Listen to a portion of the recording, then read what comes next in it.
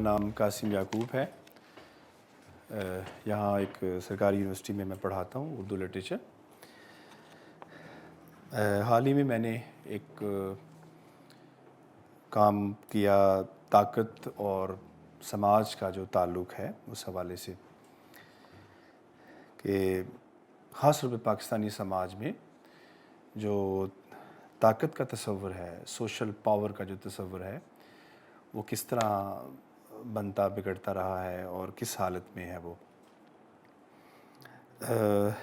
ظاہر اس میں بہت سی چیزیں جو ہے وہ مجھے بہت گراس روٹ لیول پہ چیزوں کو دیکھنا پڑا اور بہت پیچھے جا کے تاریخ میں بھی دیکھنا پڑا کہ آخر اس کی کیا وجوہات ہیں کہ ہم طاقت کے اس تصور کو پسند کرتے ہیں جو نقصان پہنچانے کی صلاحیت رکھتا ہے. ایسی طاقت جو دوسروں کو نقصان پہنچا سکتی ہے، ہم اس تصور کو بہت آئیڈلائز کرتے ہیں، بہت پسند کرتے ہیں. اور حالانکہ طاقت جو ہوتی ہے وہ منفی اور مثبت دونوں طرح کی ہوتی ہے، پازیٹیو بھی ہوتی ہے، نیگیٹو بھی ہوتی ہے. لیکن ہم طاقت کے اس تصور کو بہت زیادہ پسند کرتے ہیں جس میں کسی کو نقصان پہنچانا جو ہے زیادہ آسان ہوتا ہے. تو سب سے پہلے تو یہ ہے کہ طاقت کہتے کسے ہیں، سوشل پاور کسے کہتے ہیں. اصل میں سوشل پاور یا سماجی جو طاقت ہوتی ہے وہ کسی پر اثر انداز ہونے کی قدر ہوتی ہے یا وہ پوٹینشل ہوتا ہے کہ آپ کسی پر اثر انداز ہو سکتے ہیں. ایک آدمی جو کسی پر اثر انداز نہیں ہو سکتا کسی بھی معنوں میں، وہ پاور نہیں رکھتا، وہ پاور لیس آدمی ہے. اب آپ سوچتے ہوں گے کہ میں بحیثیت فرد یہ طاقت رکھتا ہوں کہ کسی نہ کسی حالت میں کسی کو متاثر کروں، وہ خواہ میرا بچہ ہو یا میرا دوست ہو یا میں استاد ہوں تو میرے اسٹوڈنٹس ہیں. اگر میں ایون میں شاپ کیپر بھی ہوں تو میں طاقت رکھتا ہوں کہ میں کسی نہ کسی کو نقصان پہنچا سکتا ہوں، فائدہ دے سکتا ہوں. تو طاقت کسی بھی فارم میں ہو، اگر ہم اس کی بہت بنیادی سی تعریف کریں تو وہ یہ بنے گی کہ میں کسی پر اثر انداز ہونے کی پوٹینشل رکھتا ہوں. طاقت وہ میرے اندر جو صلاحیت ہے کسی پر اثر انداز ہونے کی.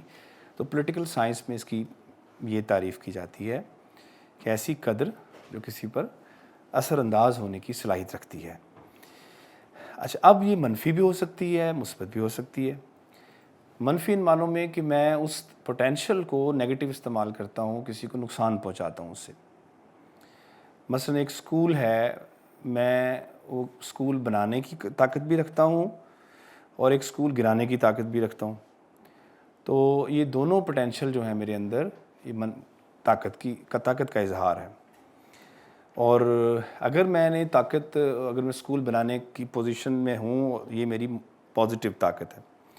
اگر میں اس کو گرانے کی صلاحیت رکھتا ہوں تو یہ میری منفی طاقت ہے.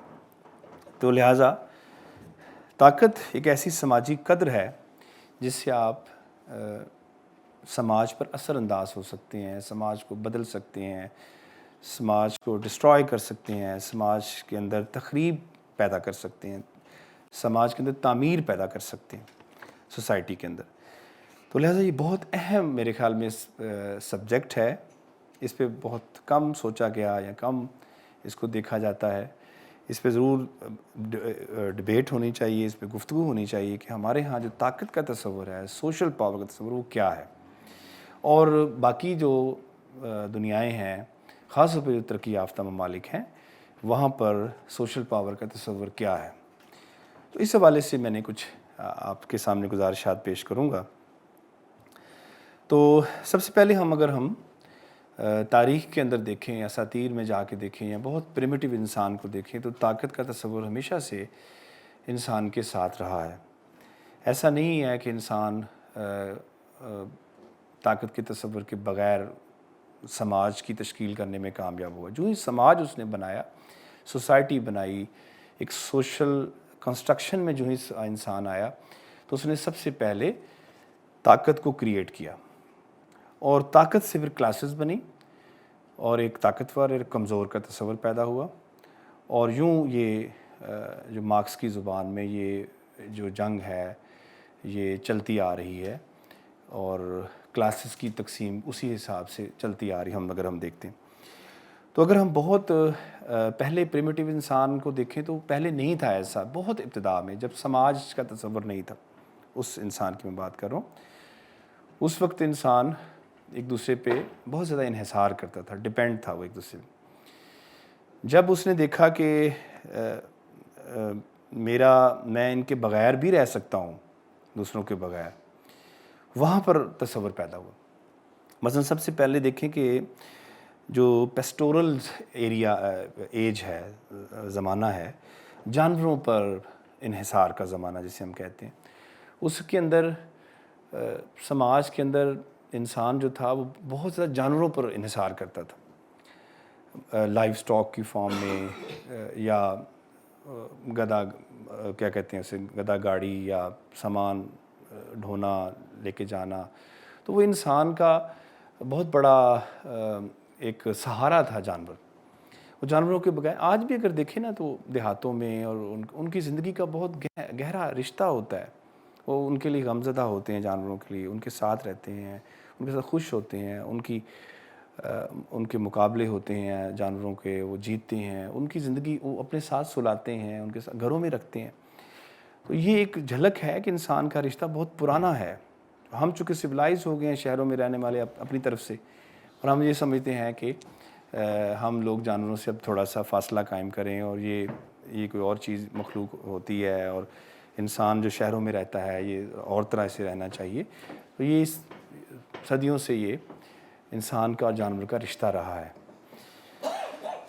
یہاں پر ایک تصور اس کا پیدا ہوا کہ میں اس پہ تسلط رکھتا ہوں، میں جانور پر تسلط رکھتا ہوں، میں اسے ہانک سکتا ہوں، میں اس کو ذبح کر سکتا ہوں، میں اس کا گوشت کھا سکتا ہوں، لیکن ڈپینڈنسی بھی بہت زیادہ اس پہ انحصار بھی تھا، اس کو وہ چھوڑ بھی نہیں سکتے تھے۔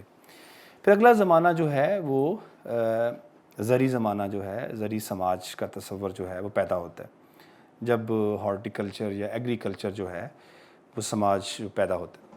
اس کے اندر ہم دیکھتے ہیں کہ انسان جو ہے پھر وہ زراعت پہ بہت زیادہ انحصار کرنا شروع کر دیتا ہے، اور وہ غلہ، اناج یا ایسی پروڈکٹ بنانا شروع کر دیتا ہے جس کے تصور سے یا جس کے تسلط سے اس کے ہاں خوشحالی آ سکتی ہے، جو اس کو پاور دیتا ہے، طاقت کا ایک تصور دیتا ہے کہ یہ میرے پاس موجود ہے، میرے پاس ہے، اس فلاں کے پاس نہیں ہے یا میرے پاس ہے۔ یہیں سے ہم دیکھتے ہیں کہ پھر وہ جاگیرداری کا تصور پیدا ہوا کہ یہ زمین ہے، اور یہ زمین جو ہے پروڈیوس کرتی ہے، اور جو پروڈکشن ہے یہ میری ہے، اور میرا اس پہ تسلط ہے، اور یہ جو زمین جس کے پاس نہیں ہے اس کے پاس یہ چیز بھی یا تسلط بھی اس کے پاس نہیں ہے۔ یوں ہم دیکھتے ہیں کہ یوں ایک جاگیرداری تصور جو پیدا ہوتا ہے، اس جاگیرداری سماج کے اندر پھر ایک طاقتور اور کمزور نے جڑیں بنانا شروع کر دیں۔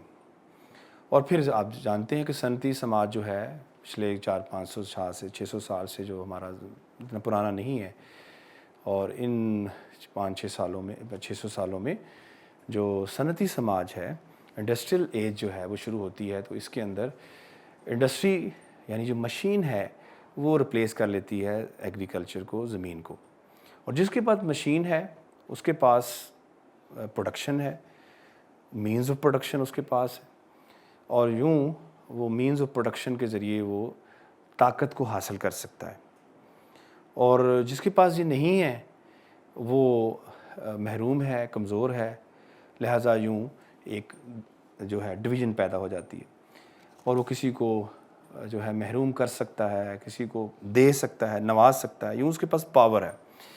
تو لہٰذا یہ جو فیوڈل سماج کا جو تصور ہے وہ یہاں سے ایگریکلچر ایریا سے پیدا ہوتا ہے، جانوروں پر انحصار سے پیدا نہیں ہوا اس طرح، لیکن جب فیوڈل سماج شروع ہوا یا ایگری سماج شروع ہوا، اس کے اندر جاگیر کا تصور پیدا ہوا، میری رجیم ہے، میری رایا ہے، اس کا حاکم ہوں، یہ میری چیز ہے، میں کسی کو دے سکتا ہوں، کسی سے چھین سکتا ہوں، کسی کو غلام بنا سکتا ہوں. تو یہ تصور، فیوڈل تصور جو ہے، یہ پوری دنیا میں ابھی بھی کسی نہ کسی شکل میں موجود ہے. میں تصور کی بات کر رہا ہوں.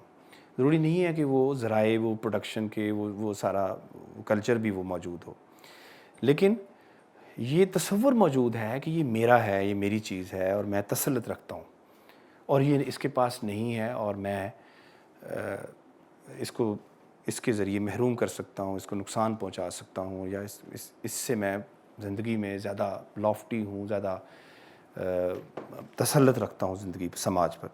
یہ تصور جو ہے یہ بہت جیسے دوسرے لفظوں میں کہنا چاہیے گھٹیا تصور ہے سماج کا، فیوڈل سماج کا تصور. یہ کسی نہ کسی شکل میں آج بھی قائم ہے اور ہمارے سماج میں بہت زیادہ ہے. اس پہ اب تفصیل سے بات کرتے ہیں کہ ہم فیوڈل سماجیات سے ابھی تک کیوں نہیں نکل سکے اور ہم کسی نہ کسی شکل میں آج بھی اسی طرح کا. اچھا، زمین چونکہ طاقت رکھتی ہے، آپ اسے تقسیم کر سکتے ہیں، اور جس کے پاس زمین نہیں ہے وہ اس تصور کے ساتھ جیتا ہے کہ میرے پاس زمین نہیں ہے، مجھے اس پہ ڈیپینڈ کرنا ہے، مجھے اس پہ انحصار کرنا ہے. لہٰذا طاقتور جو ہے وہ کمزور کو یہ احساس دلائے رکھتا ہے، یہ یقین دلائے رکھتا ہے کہ میں تمہیں تحفظ دے سکتا ہوں، میں چاہوں تو تمہیں تحفظ نہیں بھی دے سکتا. وہ اس یقین کے ساتھ کمزور جو ہے وہ جیتا ہے، اور وہ اس یقین کو اپنے اوپر لاگو کیے رکھتا ہے کہ یہ اگر چاہے تو مجھے فائدہ دے سکتا ہے، اگر یہ چاہے تو مجھے فائدہ نہیں دے سکتا.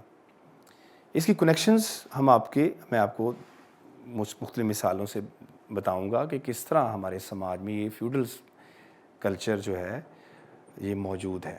طاقتور کا فیوڈل کلچر آج بھی موجود ہے.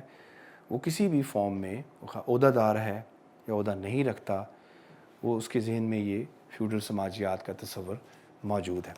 اچھا، ہمیں کیوں اٹریکٹ کرتی ہے طاقت؟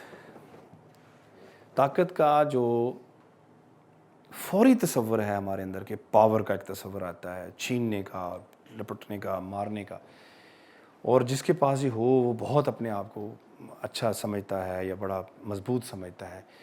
اس کی بہت بڑی وجہ یہ ہوتی ہے کہ ہم طاقت کے حصی تصور سے جڑے ہوئے ہوتے ہیں، اور جو طاقت کا جمالیاتی تصور ہے، وہ طاقت جو مجھے اثر انداز کرتی ہے، لیکن جمالیاتی سطح پر ایستھیٹیکلی میں متاثر ہوتا ہوں. طاقت کا وہ تصور مجھے اچھا نہیں لگتا یا وہ براہ راست نہیں ہوتا.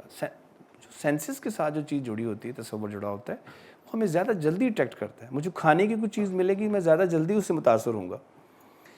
مجھے کوئی گاڑی دے دے، مجھے گھر دے دے، مجھے کوئی جو میری سینسز کو تسکین دے گا، وہ تصور مجھے زیادہ اٹریکٹ کرے گا اور جلدی اٹریکٹ کرے گا. لے مین اپروچ کے حساب سے میں کہہ رہا ہوں. اگر میں کہوں کہ یہ مجھے پڑھائے گا اور میں بڑا آدمی بن جاؤں گا، میں زندگی کا ایکسپوجر کروں گا اور استھیٹکس کے اس درجے پر پہنچ جاؤں گا، لہٰذا یہ حصی تصور نہیں ہے، یہ ایستھیٹیکل تصور ہے. لہٰذا میں اس کے اثر انداز ہونے کی پوٹینشیل سے متاثر نہیں ہوتا.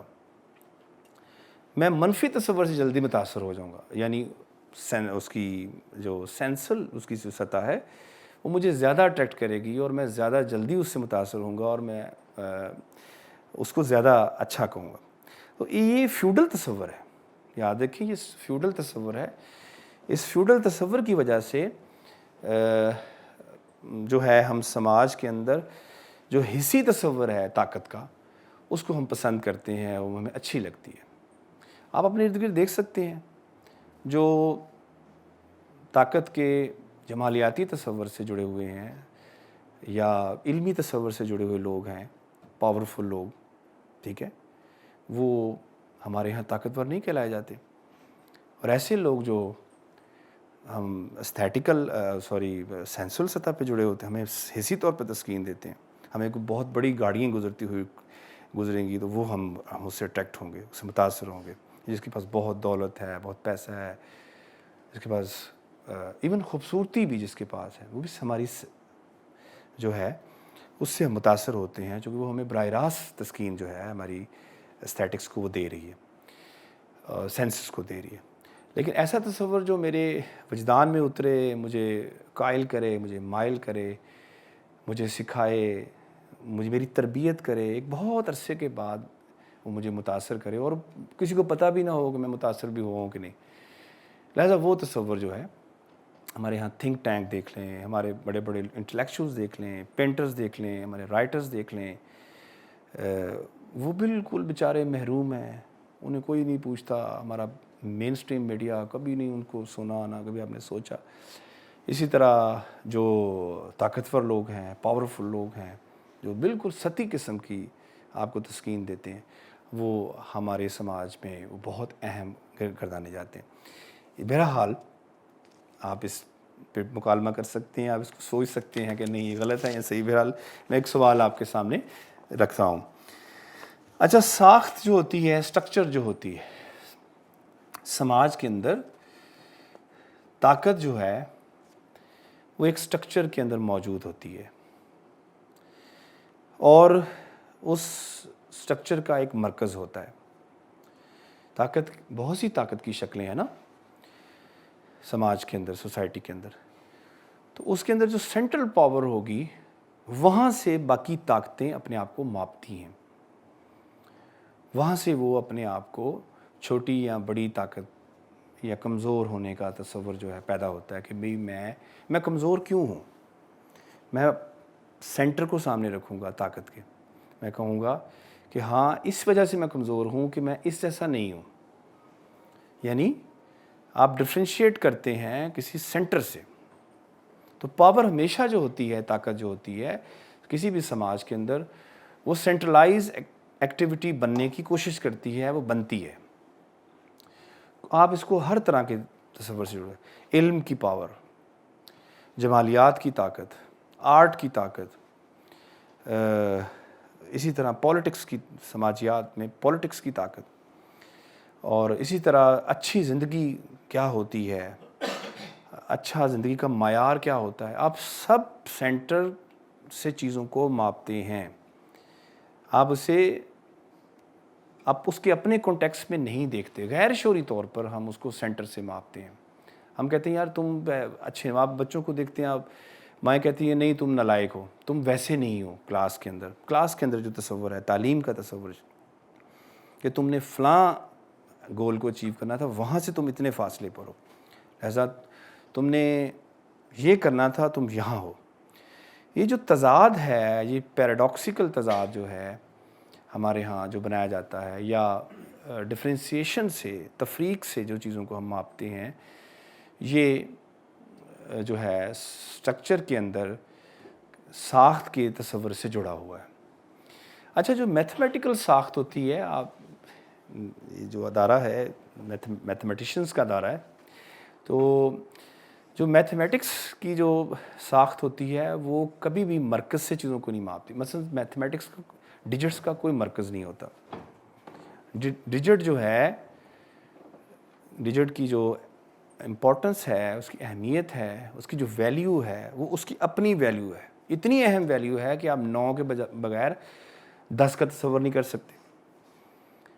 آپ 0 کے بغیر 2 کا 3 کا تصور نہیں کر سکتے. اتنی امپورٹنس ہے. وہ سب ایکول ہیں سٹرکچر کے اندر. میتھمیٹیکل ساخت کے اندر بھی ایسے ہی ہوتا ہے. ہر آدمی امپورٹنٹ ہے، ہر فرد امپورٹنٹ ہے، ہر چیز امپورٹنٹ ہے. سٹرکچر جو ہے، ایون ایک انوائرمنٹل سٹرکچر ہوتا ہے، ایک پتا بھی اس کے اندر غیر اہم نہیں ہے.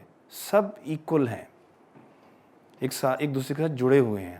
وہ کہا جاتا ہے نا کہ آپ یہاں سے انگلی بھی ہلائیں تو کہیں نہ کہیں اس کا اثر جاتا ہے. تو سب ایک دوسرے سے جڑے ہوئے ہیں سٹرکچر کے اندر. لیکن ہوتا یہ ہے کہ سماج کے اندر کچھ طاقت کے کچھ ذرائع یا طاقت کی کچھ قسمیں جو ہیں وہ مل کے ایک پاور کو سینٹرل پاور کا تصور رائج کرتی ہیں. رائج کی جاتا ہے کہ میں طاقتور ہوں، آپ طاقتور نہیں ہیں. یہ رائج کیا جاتا ہے ہر میدان میں، ہر فیلڈ میں، ہر شعبے میں، زندگی کے ہر شعبے میں. سماج کا تصور طاقت کے بغیر نہیں ہو ہی نہیں سکتا. آپ وہاں سے ماپیں گے، وہاں سے جج کریں گے، وہاں سے دیکھیں گے. آپ یہ کیوں کہتے ہیں کہ کوچوان جو ہے، ریڑھی والا جو ہے، رکشے والا جو ہے، ایک شاپ کیپر جو ہے، وہ کیوں نہیں، وہ بہت کمپلیٹ آدمی ہے، وہ مکمل آدمی ہے، وہ بہت طاقتور آدمی ہے، وہ اپنے بچوں کے ساتھ رہ رہا ہے، بازار جاتا ہے، رکشہ چلاتا ہے، گھر آتا ہے، کھاتا پیتا ہے، وہ بہت اچھا اثر انداز ہو رہا ہے دوسروں پر، اپنے بچوں پر، زندگی کی بہت خوبصورت قدروں کے ساتھ وہ جی رہا ہے۔ لیکن ہم نے چونکہ ماپنا ہے اسے سینٹر سے، سینٹر میں وہ بہت دھتکارا ہوا ہے، ڈریون آؤٹ پرسن ہے، وہ اس کو حاشیے پہ ہم رکھیں گے اور ہم کہیں گے نہیں، مرکز متن کے اندر یا سینٹر کے اندر اس کی گنجائش نہیں ہے، یہ مرکز متن پہ رہے گا۔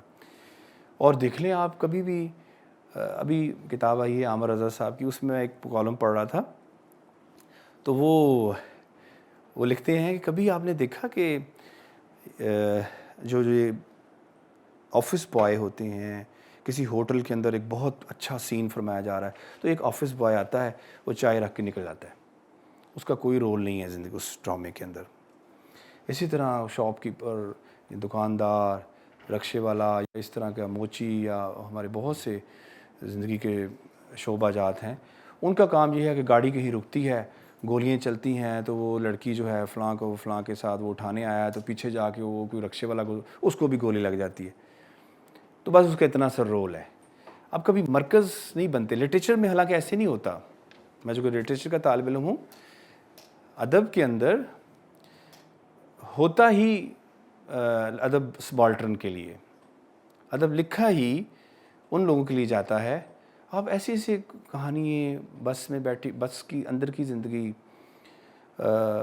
ایک بگل والا افسانہ ہے ہمارے رشید امجد صاحب کا، وہ ایک بگل بجاتا ہے فوج میں، اس کو انہوں نے کریکٹر بنایا ہے، اور کیا کمال کا کریکٹر بنایا ہے، اور وہ بگل بجاتا ہے اور دھوکے میں وہ، لیکن طاقت کے وہ بھی تصور سے جڑا ہوا ہے کہ اسے احساس بعد میں ہوتا ہے کہ میں بگل بجانے والا ہوں، میں آگے جا کے نہیں بیٹھ سکتا۔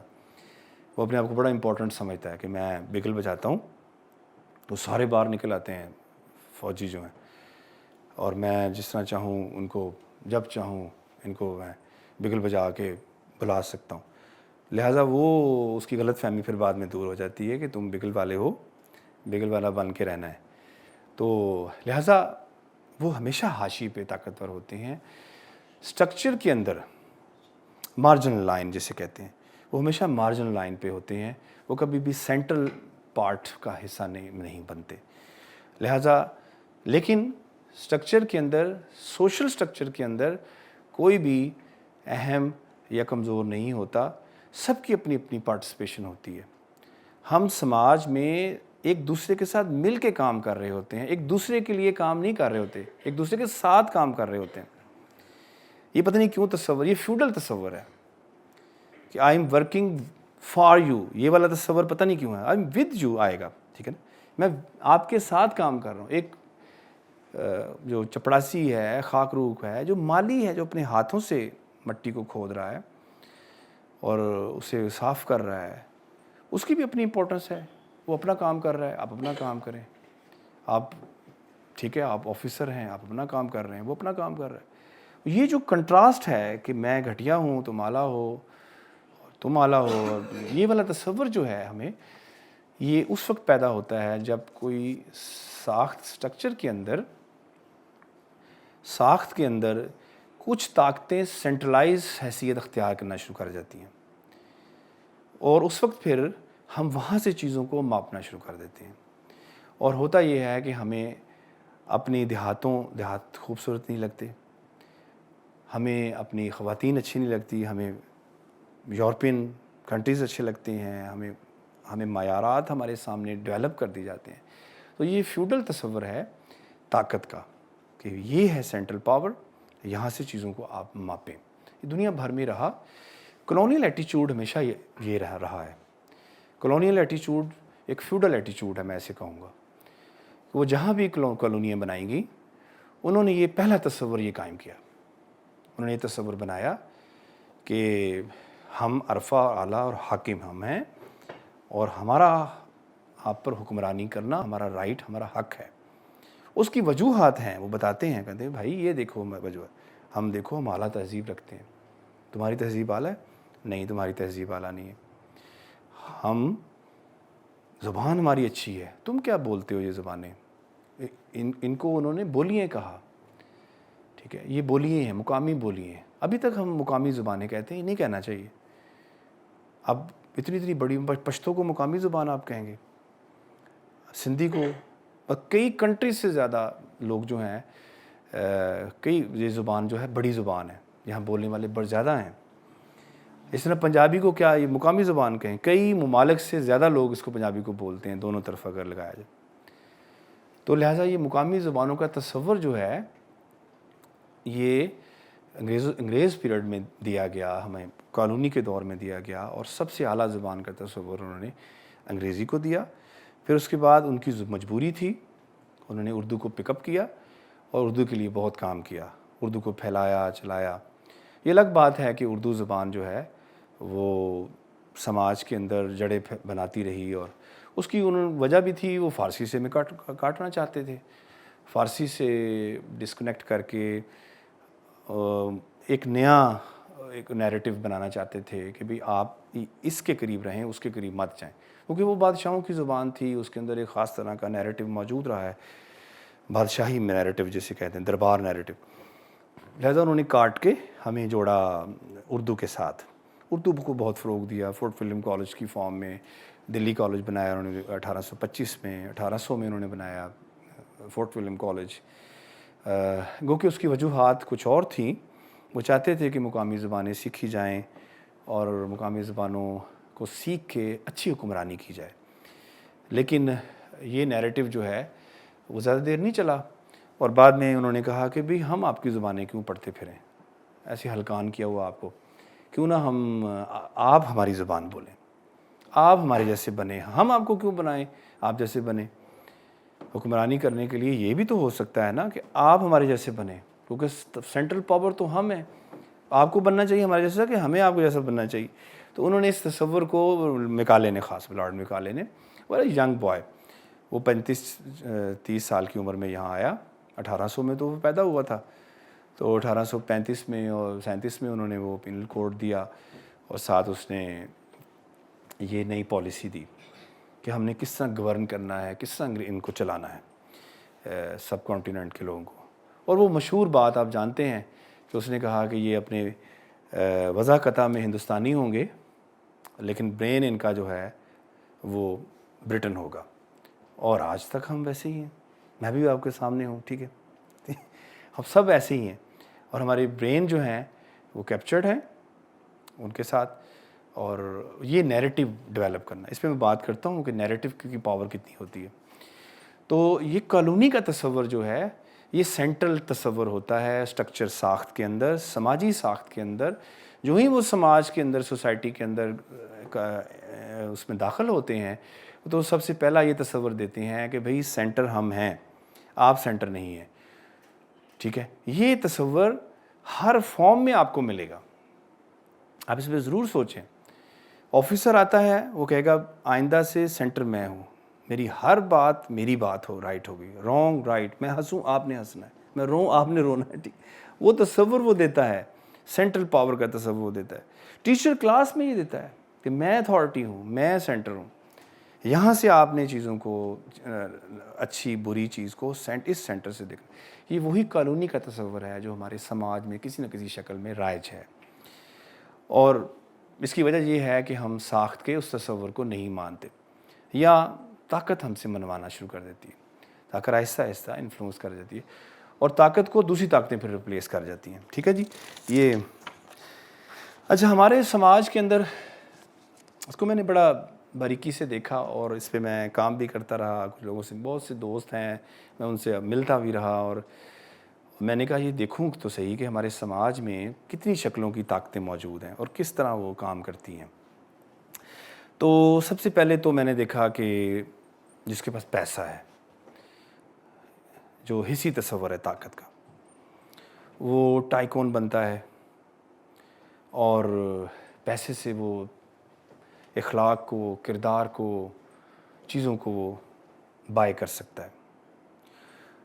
آپ دیکھ لیں کہ ہمارے ہاں یہ کس قدر شدید تصور ہے پیسے کا، کیونکہ ہم اس طاقت کو سینٹرل پاور مانتے ہیں، اور ہمارے ہاں یہ تصور موجود ہے، دنیا بھر میں موجود ہے. لیکن اس طرح اس سطح کا، اس گھٹیا سطح کا تصور شاید سب کانٹیننٹ کے علاوہ یا ہمارے جیسے جو ترقی پذیر ممالک ہیں شاید ان کے علاوہ آپ کو کہیں اور ملے. وہاں پر پھر بھی ایمپاورمنٹ رہتی ہے ایک فرد کی، لیکن ہمارے ہاں تو وہ بالکل حاشیے پہ آ جاتا ہے، مارجن پہ پھینک دیتے ہیں اسے کہ یہاں پر نہیں آپ کی گنجائش بنتی. تو لہذا طاقتور جو آدمی ہیں آپ دیکھتے ہیں، آپ آج کل بھی جو بزنس ٹائکون ہیں، انڈسٹریل جو ریل اسٹیٹ ٹائکون ہیں، وہ لوگوں کو خریدتے ہیں، لوگوں کو نوازتے ہیں، وہ پولیٹکس کے اندر انوالومنٹ کرتے ہیں، لوگ ان سے رابطے کرتے ہیں، وہ معاہدے کرواتے ہیں، وہ ان سے آپ جانتے ہیں کیا کیا حالات بنتے ہیں جس کے پاس طاقت ہوتی ہے. تو لہٰذا یہ ایک ایسی پاور ہے جو ہر کسی نہ کسی شکل میں جس کے پاس ہوتی ہے وہ طاقتور کہلاتا ہے. اچھا، دوسری بڑی اہم طاقت ہے جس کے پاس ڈیزگنیشن ہے، عہدہ ہے. جس کے پاس عہدہ ہے وہ طاقت رکھتا ہے، اور جو ہی وہ عہدے پر آتا ہے، جو ہی اس کے پاس پاور آ جاتی ہے، وہ بتاتا ہے کہ بھئی میرے پاس اب طاقت ہے، اب لائن بنا لو، سیدھے ہو جاؤ، میں چھوڑوں گا نہیں. وہ اس کا تصور باور کراتا ہے. میں بڑا حیران ہوا کہ ایک خبر میں نے پڑھی کہ کوئی بہت غریب آدمی تھا، غالباً وہ کوئی گدھا گاڑی کو اس طرح چلاتا تھا. اس کا بچہ پڑھ گیا اور اس بچے نے سی ایس ایس کا ایگزام پاس کر لیا. سی ایس ایس کر کے تو وہ بریکنگ نیوز آ رہی ہے ٹی وی چینل پہ. میں نے ایک دفعہ 1 منٹ کے لیے سوچا، میں نے کہا یار یہ بریکنگ نیوز کیوں آ رہی ہے؟ اس پہ ذرا اس کی ڈیکنسٹرکشن تو کریں اس ساری اس ٹیکسٹ کی جو یہ میرے سامنے آیا ہے. اس لیے کہ وہ انتہائی پاور لیس آدمی، وہ مارجن لائن پہ ہے، وہ سینٹر میں آ گیا ہے، وہ پاور کا حصہ بن گیا. لہٰذا وہ وہاں پر اب آپ کو بتائے گا، وہ پاور میں آ گیا. خبر ہے اگر وہی غریب کا بچہ MIT سے فزکس میں ماسٹرز کر کے آتا یا PhD کر کے، یہ کوئی نیوز نہیں ہے. اس کے پاس پاور نہیں ہے، اٹامک انرجی میں جاب کرتا، وٹ وہ ٹیچر بن گیا ہے، بہت بڑا طاقتور ٹیچر ہے، پڑھاتا ہے جی فلاں جگہ نسٹ میں پڑھاتا ہے فلاں، وٹ یار اس نے پنسلوینیا سے، اس نے ہارورڈ سے، اس نے مشیگن سے اس نے ڈاکٹریٹ کی ہے. وہ کہتا ہے سو وٹ. اگر اس نے گریجویشن کر کے اگر وہ حصہ بن گیا ہے پاور، وہ اس لیے کہ وہ پاور سٹرکچر کا حصہ بن گیا. یہ خبر ہے، یہ نیوز ہے، وہ خبر نہیں ہے. ہم فیوڈل سوچ سے جڑے ہوئے ہیں، فیوڈل سماجیات ہمارا تصور ہے کہ اب یہ اس سطح کا جہاں سے چیزوں کو ہم ماپ رہے تھے یہ وہاں چلا گیا ہے، یہ سینٹر خود بن گیا ہے. تو لہٰذا یہ اس کے پاس طاقت ہے، اور یہی ہمارا مقصد تو یہی ہے. سارا ہم جس کے لیے دن رات کام کرتے ہیں وہ انہی 4-5 شکلوں میں ہوتی ہے. ٹھیک ہے، وہ آپ نے DC والا واقعہ نہیں سنا؟ ایک ڈپٹی کمشنر ایک خاتون کو جو ہے دعا دیتی ہے کہ اللہ تن پٹواری بناوے. وہ اس کی مدد کرتا ہے یا کیا ہے، ملنے آتا ہے تو وہ گاؤں میں، تو وہ آگے سے کہتی ہے تو بہت اچھا ہے، اللہ تعالیٰ تن پٹواری بناوے.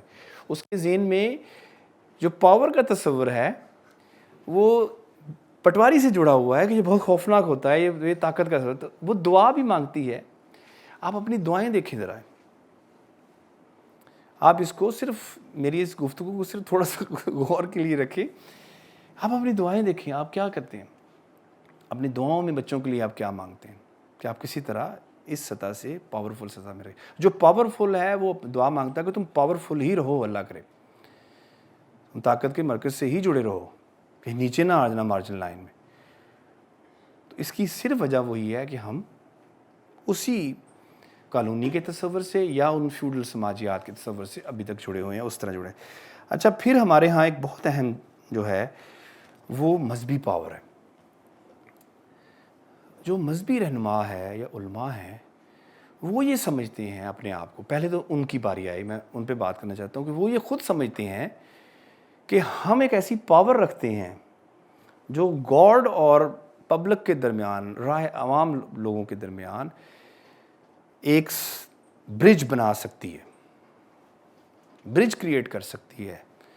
تو لہٰذا میرے پاس وہ طاقت ہے، میں آپ کو وہ لے کے دے سکتا ہوں. جی بتائیں آپ نے کیا مانگنا ہے. وہ لوگ ان کے پاس جاتے ہیں, وہ کہتے ہیں گاڈ سے لے کے دیتا ہوں. تو ان کی رونق آپ کو حیران کن ہوتی ہے. اب گدی نشینوں کی یہ جو گدیے ہیں, یہ جو فلاں شریف اور فلاں شریف, آپ وہاں داخل نہیں ہو سکتے, ان سے مل نہیں سکتے آپ.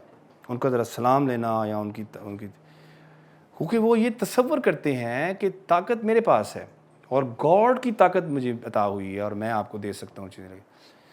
اچھا آپ دور کی بات کیوں کرتے ہیں؟ ہمارے پولیٹکس دیکھیں, ہماری پولیٹیشنز دیکھیں, سیاستدان کے پاس جاتے ہیں, شادیاں کر لیتے ہیں ان کے ساتھ کہ کسی طرح ہم طاقت کے مرکز کا حصہ بنا دیں, ہم ان سے جڑ جائیں کسی طرح, ہمیں یہ لے کے دے سکتا ہے.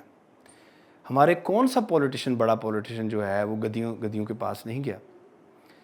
وہ ان گدیوں کے پاس جاتے تھے اور انہیں کہتے تھے جی مہربانی کریں, حالات بڑے خراب ہیں.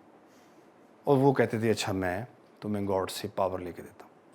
اور وہ لے کے دیتے ہیں, ٹھیک ہے, وہ لے کے دیتے ہیں, انہوں نے دی ہے.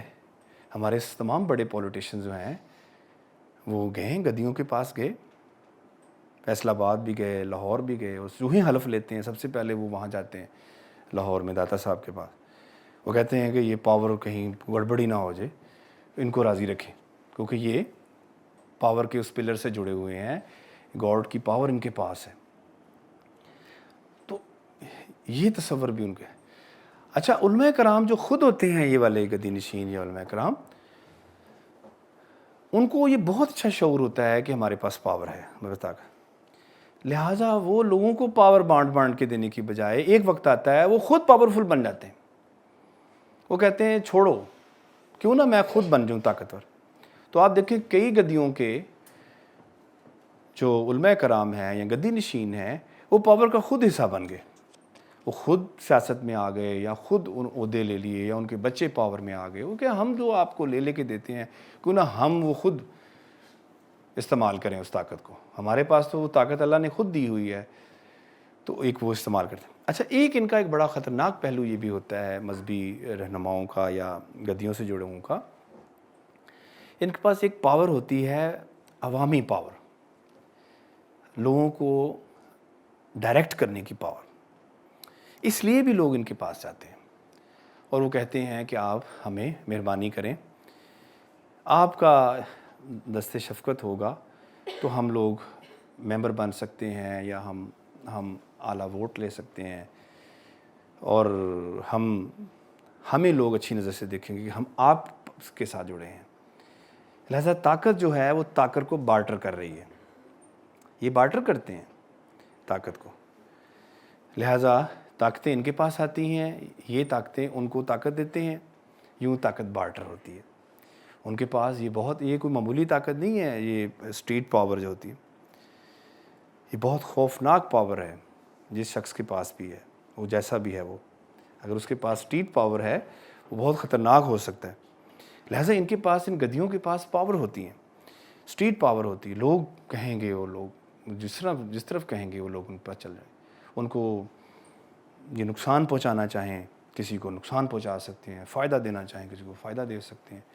آپ دور کیوں جاتے ہیں, آپ کے شہر میں یا آپ کے نواح میں, گرد و نواح میں بہت سی گدی ہیں اور وہ پاور کے مرکز بھی کھلائی جاتی ہیں. اس پہ میرے خیال میں اچھا ایک ہوتے ہیں پاور کی وہ شکلیں جو طاقتور ہوتے ہیں, وہ طاقت کو پہچان لیتے ہیں کہ یہاں سے طاقت کریٹ ہو رہی ہے.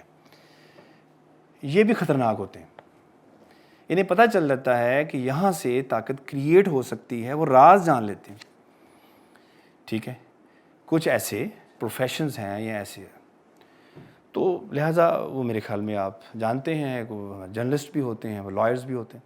یہ خود پاورفل نہیں ہوتے لیکن راز جانتے ہیں کہ پاورز یہاں سے کنیکٹ ہو رہی ہے, یہاں سے پاور کے تانے بانے مل رہے ہیں. لہٰذا ان کو وہ چونکہ جو رازدان ہوتا ہے بڑا خطرناک ہوتا ہے. ٹھیک ہے جی, لہٰذا وہ اس کے قریب جانے سے وہ طاقت کے مراکز ڈرتے ہیں کہ یہ ہمارے راز جانتا ہے. ایک وقت آتا ہے کہ وہ طاقت خود حاصل کر لیتے ہیں. وہ کہتے ہیں میں جانتا ہوں تم ایسے یہ طاقت بنتی ہے, تو کیوں نہ میں انہی ذرائع سے میں خود بن جاؤں.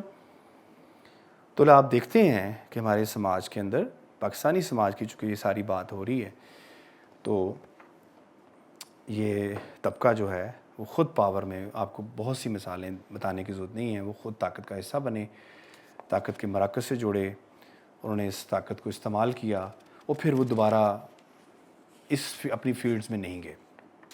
ٹھیک ہے، اور سارے ہی تقریباً یہ ان جڑے ہوتے ہیں، بڑے بڑے آپ نام، میں نام نہیں لینا چاہتا، وہ سب اس تصور سے جڑے ہوئے ہیں. تو یہ اسی طرح میں یہاں کچھ آپ کو سنانا چاہوں گا. ایک پریمیٹیو انسان جب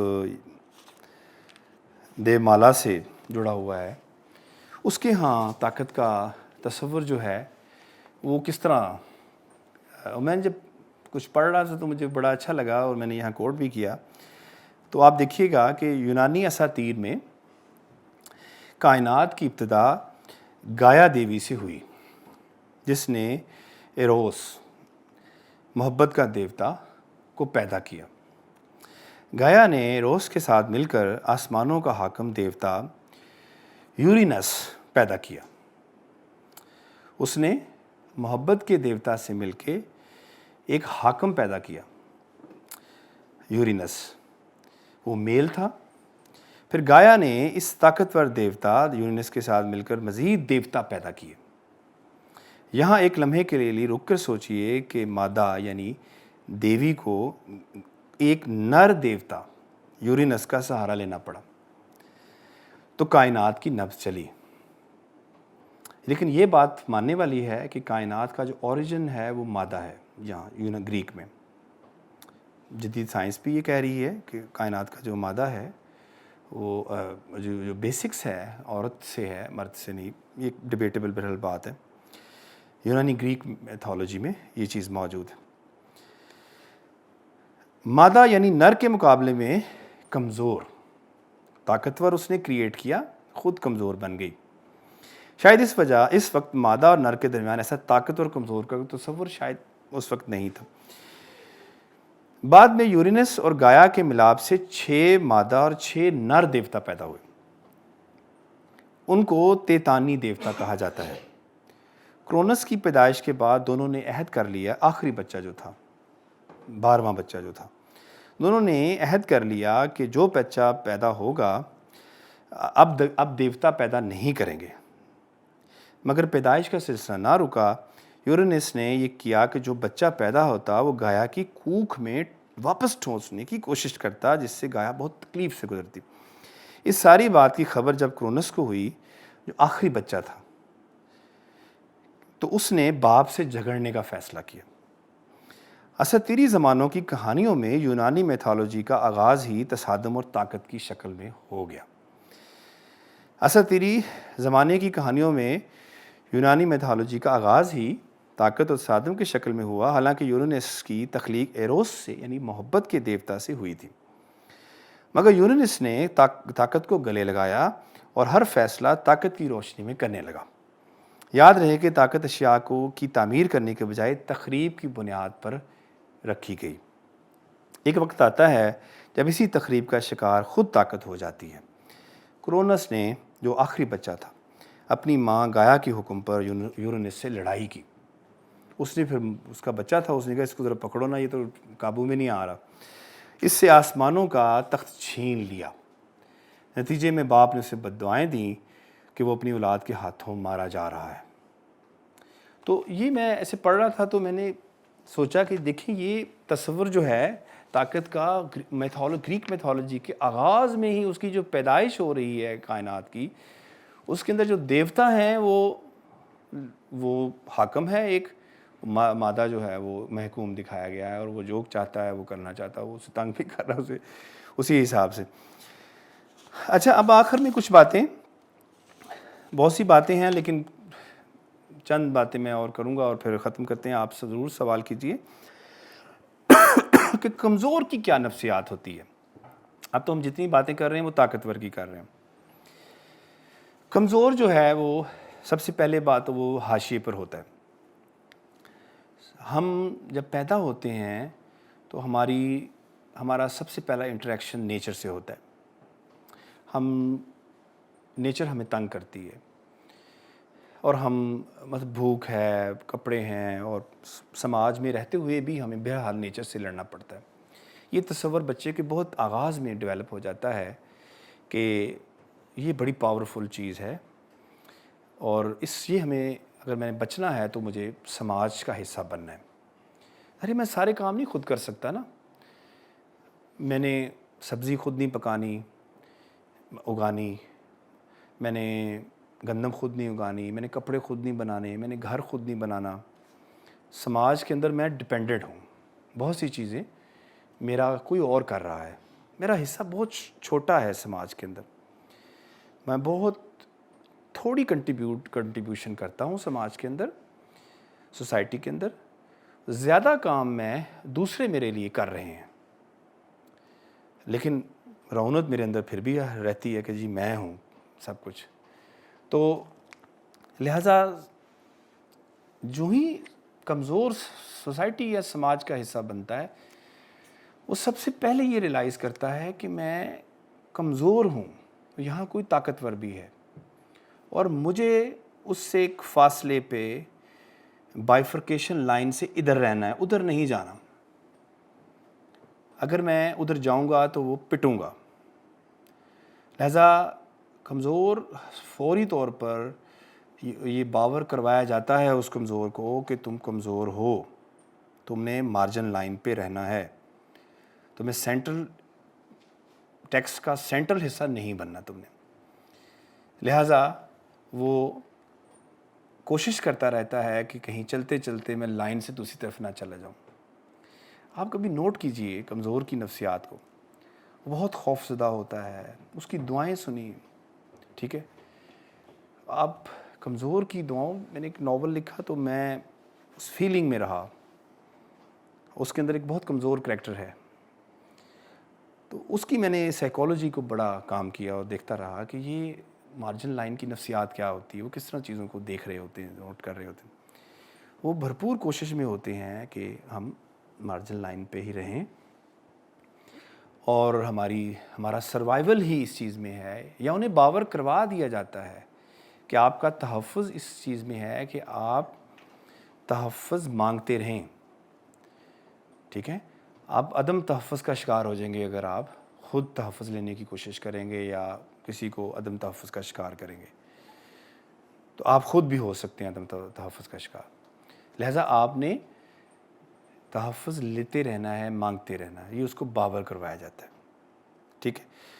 دوسری چیز، وہ جب یہ کمزوری اپنی پہچان لیتا ہے تو وہ ساری زندگی یہ تگ و دو میں کوشش کرتا رہتا ہے کہ میں اس مارجن لائن سے، اس بائیفرکیٹو لائن سے میں نے کسی طرح دوسری طرف جانا ہے، ادھر کیا ہے وہ جھانکتا رہتا ہے، دکھتا رہتا ہے، امیٹیٹنگ کرتا ہے، نقلیں اتارتا ہے، ان جیسی بننے کی اس جیسا خواہش کرتا ہے، کسی طرح جمپ کر جاؤں، مار بھی پڑتی ہے پھر واپس آ جاتا ہے، یوں یہ کشمکش اس کی طاقتور اور کمزور کے درمیان جاری رہتی ہے۔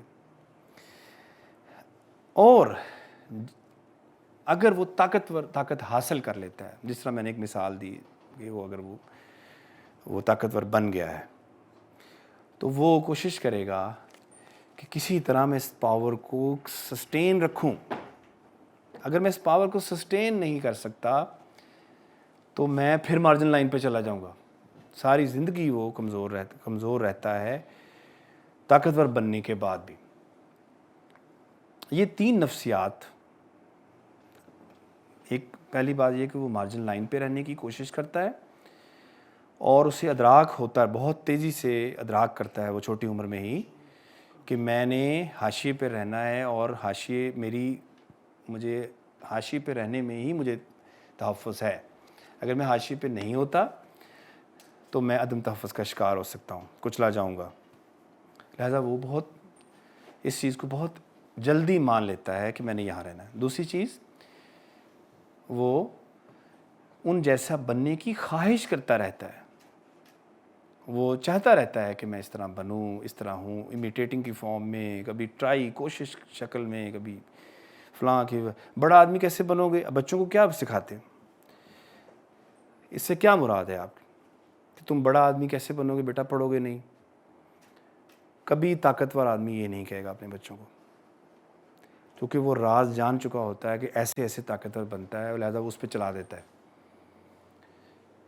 ہمیشہ جو کمزور ہوتا ہے وہ بچوں کو بتاتا ہے کہ بیٹا تم پڑھو گے نہیں یا فلاں نہیں کرو گے یا کام پہ نہیں جاؤ گے تو بڑا کیسے بنو گے؟ تو وہ اسے سکھایا جاتا ہے کہ یہ پاور ہے، اس پاور کے ساتھ یہاں تک تم نے اگر پہنچنا ہے، اس کی خواہش رکھنی ہے تو تمہیں ان جیسا بننا ہے، اور یہاں سے یہ تم یہاں ہو اور یہاں جانا ہے، لہٰذا تم مارجن لائن سے ادھر ہو، اسے باور کرائے وہ اس جیسا بننے کی خواہش کرتا رہتا ہے، اور آخر میں وہ بن جاتا ہے۔ اگر بن جاتا ہے تو وہ عدم تحفظ کا پھر بھی شکار رہتا ہے، وہ ساری زندگی وہ ایسی ایکٹیویٹی کرے گا، ایسی حرکتیں کرے گا ان جیسے بننے کی، امیٹیٹنگ، اور یہ وہ احساس دلائے گا، رونت ہوگی، تکبر ہوگا، غصہ ہوگا، اس کے اندر نفرت ہوگی، اپنی کلاس کے ساتھ بھی، اس مارجن پہ بھی لوگوں کے ساتھ بھی نفرت ہوگی، اور نہیں میں تمہارے جیسا نہیں ہوں، اور دوسروں کے ساتھ بھی ہوگی کہ تمہاری ایسی کی تیسی، میں اب تمہارے جیسا ہو گیا ہوں۔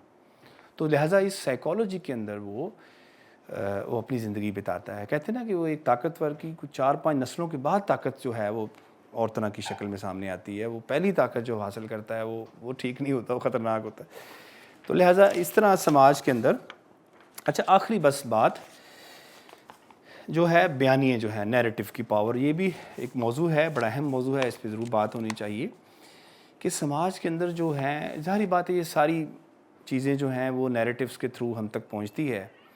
کمزور کا اور طاقتور کا بیانیہ بہرحال نیریٹو ڈیولپ کیے جاتے ہیں۔ اس طرح میں نے بتایا کالونی بنائی انگریزوں نے، تو وہ سب سے پہلے نیریٹوز، گرامچی کی مشہور بات آپ جانتے ہیں کہ کلچرل ہیجمنی کی جو تھیوری دی اس نے کہا کہ آپ کبھی بھی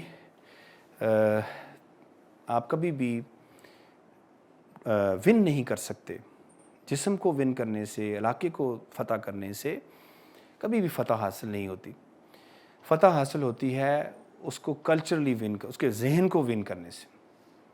تو لہٰذا اگر آپ کسی کو ون کرنا چاہتے ہیں تو آپ کلچرلی لہٰذا کلچرل ہیجمنی کا اس نے پورا ڈرافٹ کیا، پورا تصور، اور کہا کہ کس طرح کلچر کے ذریعے آپ چیزوں کو ون کرتے ہیں۔ تو جب انگریز یہاں پر آئے تو انہوں نے ون کیا، آپ مانیں ان کی اس صلاحیت کو، اس پوٹینشل کو مانیں کہ انہوں نے ہمیں کلچرلی ون کیا۔ انگریز یہاں سے جب جا رہا تھا تو ہم انگریز کے خلاف نہیں تھے، ہم ہندو کے خلاف تھے۔ کیسی عجیب بات ہے کہ جو میٹرک کا بچہ مطالعہ پاکستان پڑھ رہا ہوتا ہے وہ ہندو کے خلاف ہوتا ہے، 10 سالوں میں وہ تیار ہو چکا ہوتا ہے کہ ہندو کو، میرا چھوٹا سا بیٹا بیٹھا ہے یہ ہندو کے خلاف ہے۔ میں نے وائف سے اپنی کہا، میں نے کہا آپ بتاؤ تم اس کو کس نے بتایا، میرے گھر میں تو یہ بات نہیں ہو سکتی، یہ کہاں سے نیریٹو اس کے برین میں آیا کہ ہندو جو ہے اس کو نہیں میں نے چھوڑنا، یہ اسلام کا دشمن ہے۔ میں نے کہا کوئی اس کو انجیکٹ کر رہا ہے نیریٹو، ظاہری بات ہے وہ اسکول سے انجیکٹ ہو رہا ہے، ٹی وی تو وہ نہیں دیکھتا۔ تو یوں نیریٹو کہاں سے انجیکٹ ہوتے ہیں ہمیں اس کا بالکل ادراک نہیں ہوتا۔ سائن بورڈز، بل بورڈز، میں پیپسی لے رہا ہوتا ہوں، کوکا کولا اٹھا کے اسے پیپسی کہہ رہا ہوتا ہوں، میرے ذہن میں اس طرح بلڈ اپ کر دیا جاتا ہے کہ یہ ہے، تو یہ بوٹل ہوتی ہی یہ ہے۔ وہ تھرو نیریٹوز ڈیولپ کیے جاتے ہیں۔ تو نیریٹوز کی بہت سٹرونگ پاور ہوتی ہے۔ کمزور اور طاقتور کے نیریٹوز بیانیے بنائے جاتے ہیں۔ بیانیے صرف بیان نہیں ہوتا، یاد رکھیں، سٹیٹمنٹ نہیں ہوتی، بیانیہ آؤٹ لک ہوتی ہے زندگی کو دیکھنے کی، ورڈ ویو ہوتا ہے پورا، آپ کا ورڈ ویو بنایا جاتا ہے کہ یہ زندگی کا یہ تصور ہے، یہ اچھا ہے، یہ برا ہے، یہ بڑا ہے، یہ اعلیٰ ہے، چھوٹا ہے، یہ تصور ڈیولپ کیے جاتے ہیں۔ اور ڈیولپ کہاں سے ہوتے ہیں؟ نصابات کے ذریعے، سلیبائی اس کا بہت اہم حصہ ہے۔ پھر آپ کی میڈیا کے نیریٹو بنائے جاتے ہیں، کہا جاتا ہے کہ یہ چیز ایسے ہے، آپ مانیں۔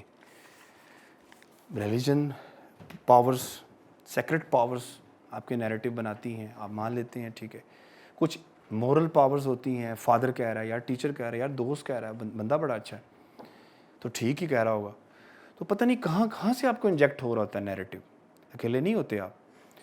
لہٰذا یہ ہندو کا بیانیہ اور سامراج تو انگریز تھا یہاں پر، کیسی عجیب بات ہے، اس کے ہم خلاف ہی نہیں ہیں. ہمارے گھر وہاں سے نکلتے ہیں, ہماری خواہش وہاں ہے کس طرح ہم کیمبرج چلے جائیں, آکسفورڈ چلے جائیں, وہاں جا کے ہمارا بچہ بھیج دیں کس طرح, وہاں دیکھنے کی ہماری آج بھی خواہش.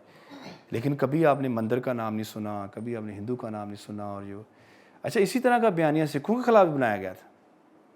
بعد میں آپ نے یہ بیانیے سے اس سے جان چھڑا لی, خاموش ہو گئے, اس پہ بات نہیں کرتے. اب ہمارے یہاں ڈیلیگیٹس, ہمارے کئی دوست ہیں, آتے ہیں اور ہم انہیں بازاروں میں لے گھومتے ہیں, لوگ خوش ہوتے ہیں. لیکن ہماری جو بڑی نسلیں ہیں, پہلی نسلیں, بڑا انہوں نے سفر کیا. اتنی نفرت تھی ہندو کی. سکھ مارا, ہندو نے تو نہیں ہمیں مارا. اس جو ساری انسرجنسی بارڈر کے دونوں طرف ہوئی, یہ تو سکھوں کے ساتھ انٹریکشن سارا ہمارا ہوا. اور یہاں پر وہ فسادات ہوئے, معاملات ہوئے, اس ہندوؤں کے ساتھ بہت کم ہوئے, ایک دکا کوئی 4-10 اس خطوں میں, ہمارے خاص سینٹرل پنجاب سارے سکھوں کے ساتھ ہوئے. سکھوں کے ساتھ آپ بات ہی نہیں کرتے اب, کیونکہ آپ نے نیریٹو واپس لے لیا ہوا ہے بڑی خاموشی سے. خاص طور سے جب وہ اندرا گاندھی والا واقعہ ہو, اس کے بعد سے آپ نے اس کو ریکنسیڈر کیا. اور آج بھگت سنگھ جو ہے وہ ہمارا بھی ہیرو ہے. ٹھیک ہے, ابھی نصابات نہیں قبول کر رہے بھگت سنگھ کو. شاید ایک وقت آئے کہ آپ ان ہیروز کو, یہ تو ہمارے مشترکہ ہیروز تھے نا. ان منگل پانڈے اگر ہندوؤں کا ہیرو ہے, ٹیپو سلطان ہمارا ہیرو نہیں, ہمارا ہیرو ہے, ان کا بھی ہیرو ہے. منگل پانڈے تو کوئی نہیں, منگل پانڈے نے جو جدوجہد کی تھی وہ تو سارے مل کے کر رہے تھے. وہ تو سپاہی تھے نا اس کے انگریز ایسٹ انڈیا کمپنی کے, وہ تو سارے مل کے جدوجہد کر رہے تھے. اس میں تو مسلمان بھی اس کے ساتھ ساتھی, اس کے جو اس کے رائٹ لیفٹ ساتھی تھے وہ سارے مسلمان بھی تھے اور سکھ بھی تھے, ہندو بھی تھے. انہوں نے منگل پانڈے جو کہ ہندو تھا, انہوں نے منگل اپنا ہیرو بنا لیا. ہم نے مسلمان تھا وہ ٹیپو سلطان, ہم نے اس کو پک اپ کر لیا. بھگت سنگھ ان کو چاہیے تھا, تھوڑا سا لیٹ پر آیا سامنے, انہوں نے بھگت سنگھ کو اپنا ہیرو بنا لیا. کیا کریں, ہمیں بہرحال نیریٹیوز کے ساتھ جینا ہے, ان کے ساتھ رہنا ہے, اور ہمیں یہ بنانا پڑے گا کوئی نہ کوئی. تو خیر, یہ اتنی خوفناک طاقت ہوتی ہے بیانیوں کی. یہ بیانیے بنائے گئے, اور مذہبی بیانیاں, اسی طرح استھیٹکس کے بیانیے بنائے جاتے ہیں, آرٹ کے بیانیے بنائے جاتے ہیں, سیاست کے اندر سیاستدان اپنے بیانیے بناتے ہیں اور کہتے ہیں کہ یہ چیز اچھی ہے, یہ بری ہے, اور یہ اس طرح چیزیں بہتر ہو جائیں گی. انفراسٹرکچر کو بنا کے اپنے بیانیے بناتے ہیں کہ جی یہ دیکھیں, وہ نظر آتا رہے گا انفراسٹرکچر آتے جاتے, لہٰذا وہ بیانیہ اسٹرانگ ہوگا. ٹھیک ہے, اس طرح یہ چیزیں بہت تیزی سے. اور ہمارے ہاں سب سے خوفناک بیانیہ جو بنایا گیا وہ مذہبی بیانیہ تھا. لوگوں کو باور کروایا گیا کہ یہ ملک جو ہے, ایک ریاست جو ہے, یہ مذہب کے نام پہ بنائی جا رہی ہے. ایک تجربہ گاہ ہوگی, لیبارٹری ہوگی. ہوا کیا, پھر وہ لیبارٹری کے اندر کوئی چیز بن نہیں رہی, کچھ چیزیں آپ بنا نہیں رہے, کوئی نکل نہیں رہا کچھ لیبارٹری سے. تو کیا کر رہے ہیں, اتنی دیر سے پریکٹس کر رہے ہیں, کچھ بن نہیں رہا. تو لہٰذا مایوسی تو پھر ہوگی, لوگ تو ٹکر ماریں گے آ کے, املاک کو جلائیں گے. انہیں آپ بتائیں نا پھر کہ یہ تو تجربہ گاہ تھی. تو جب یہ بیانیہ آپ نے ان کو دیا, اور اتنا خوفناک بیانیہ ان کو دیا, آج بھی ہم اس بیانیے کے زیر اثر ہیں. آج بھی آپ دیکھ لیں, آج بھی اپنی تقریروں میں لا الہ اور یہ وہ اس طرح بناتے ہیں. کسی بھی ریلیجن کی, دنیا بھر کی بڑی بڑی طاقتور ریاستیں ریلیجن کے ساتھ رہتی ہیں. ایسا نہیں ہے کہ امریکہ کے اندر کوئی ریلیجس ایٹیچیوڈ نہیں ہے. برٹن کے اندر, فرانس, بڑی بڑی طاقتیں جو ہیں ان بیانیوں مذہبی نیریٹیوز کے ساتھ رہتی ہیں. لیکن ان نیریٹیوز جو ہے, یہ نیریٹیو جو بیانیے اگر زندگی کو ڈسٹرب کرنا شروع کر دیں, آپ کو کہیں کہ آپ لوگ ٹھیک ہی نہیں ہیں ان کے بغیر, تو یہ تصور جو ہے پھر, تو لہٰذا یہ ساری تصورات جو ہیں, یہ سب چیزیں جڑی ہوئی ہیں آپ کے ان بیانیوں سے. بہرحال طاقت کے ان بیانیوں سے, کمزور کے ان بیانیوں سے, ریلیجس بیانیوں سے, پاور کے جو پلرز ہیں ان بیانیوں سے جڑی ہوئی ہیں.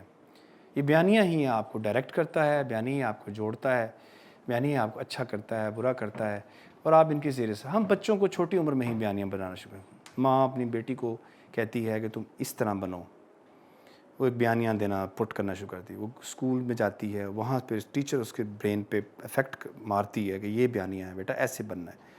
پھر وہ باہر نکلتی ہے, آنکھیں دیکھتی ہے لوگوں کی, وہ بیانیہ اس کے آ کے لگتا ہے کہ نہیں بھئی یہ رہنا ہے, میں نے ایسے بننا ہے. تو لہٰذا یہ بیانیے طرح طرح شکلوں میں ہمارے ارد گرد موجود ہوتے ہیں، ہم ان سے نہیں بچ سکتے. اچھا آپ یہ کہتے ہوں گے کہ بھئی کیسے بچیں؟ ہم نہیں ان سے بچ سکتے. میں جتنا مرضی کہوں کہ میں بیانیوں اس کو نہیں مانتا، یہ نیریٹیوز میں زبان تو بول رہا ہوں نا، کوئی نہ کوئی زبان تو بول رہا ہوں. اس زبان کا ایک نیریٹیو ہوتا ہے یار، اس کے اندر ایک خاص طرح کا کلچرائزڈ نیریٹیو موجود ہوتا ہے. انگریزی بولنے والا انگریزی نیریٹیو کی انفلوئنس میں ہوتا ہے. جو ہی میں جیپنیز بولوں گا، جیپنیز نیریٹیو مجھ پہ عمل کرنا شروع کر دے. 2-3 نیریٹیو ہوتے ہیں. ایک پشتو بولتا ہے، اردو بولتا ہے، وہ دو زندگی کے ورڈ ویو ہیں اس کے پاس، 2 بیانیے ہیں زندگی کے اس کے پاس. میں پنجابی ہوں، میں اردو بولتا ہوں، انگریزی بولتا ہوں، میرے پاس 3 بیانیے ہیں. میں فرینچ بولتا ہوں، جیپنیز بولتا ہوں، میرے پاس 5 بیانیے ہیں. زندگی کے ورڈ ویوز ہیں. آخری بات بس میں کروں گا. پرویز ہود بھائی صاحب ایک دفعہ ان کا انٹرویو میں نے ٹرانسلیٹ کیا، انہوں نے چومسکی سے لیا. یہاں پاکستان میں غالباً وہ 2002 میں 3 میں آئے. تو انہوں نے چومسکی سے پوچھا کہ آپ ہندوستان سے آ رہے ہیں پاکستان، تو ساری دنیا میں اگر ایک ہی زبان ہو تو کتنا اچھا ہے. میں آگے مائک کروں اور آپ کنیکٹ ہو جائیں اس سے. یہ طرح طرح کی زبانیں جو ہیں، آپ ماہر لسانیات ہیں، میں اس کا سم اپ کا لب لباب بتا رہا ہوں، مفہوم اس کا، اس گفتگو کا. تو انہوں نے کہا کہ کیوں نہ اچھا ہو دنیا میں ایک زبان ہو جائے، سارے انگریزی بولیں. تو چومسکی جو کہ لنگوسٹ تھا، اس نے بڑی اچھی بات کی. اس نے کہا میں ہندوستان سے آ رہا ہوں، وہاں پر ایک ٹیکسی ڈرائیور 6-7 زبانیں بولتا ہے. وہ 6-7 ورڈ ویو رکھتا ہے. وہ مجھ سے زیادہ سویلائزڈ ہے، کلچرڈ ہے. سویلائزڈ کا لفظ انہوں نے استعمال کیا. وہ مجھ سے زیادہ سویلائزڈ ہے، مجھ سے زیادہ کلچرڈ ہے. میں ایک زبان بولتا ہوں، میں ملٹی کلچرل نہیں ہوں. تو کلچر سے مراد اگر ہم یہاں یہ لیں کہ اس کے پاس ورڈ ویو ہیں زندگی کے، اور وہ ان کے اندر لیو کر رہا ہے، ان کے اندر رہ رہا ہے، تو بے شک جتنا مرضی انکار کرے کہ میں کسی بیانیے کو، کسی طاقت کو، کمزوری کو اور یہ وہ میں نہیں مانتا اور میں بڑا آزاد ہوں اور میں بڑا کھلا ڈلا ہوں، تو یہ بات غلط ہے. وہ بہرحال نیریٹیوز کے انڈر ہے. ادراک اس کا کیا جا سکتا ہے، یاد رکھیں. ہاں مجھے ادراک ہے، لیکن میں اسے جان نہیں چھڑا سکتا، چھٹکارا نہیں پا سکتا. بہرحال مجھے ان کے ساتھ لیو کرنا ہے، اسی تصور کے ساتھ کہ پاور، سینٹر پاور اور مارجن کمزور جو آدمی مارجن لائن پہ رہے گا، ایک تصور کے ساتھ ہم بہرحال جیتے ہیں. تو یہ کچھ باتیں تھیں، تو آپ ضرور اس پہ کوئی بات کرنا چاہے. Thank you. شکریہ سر آپ کا.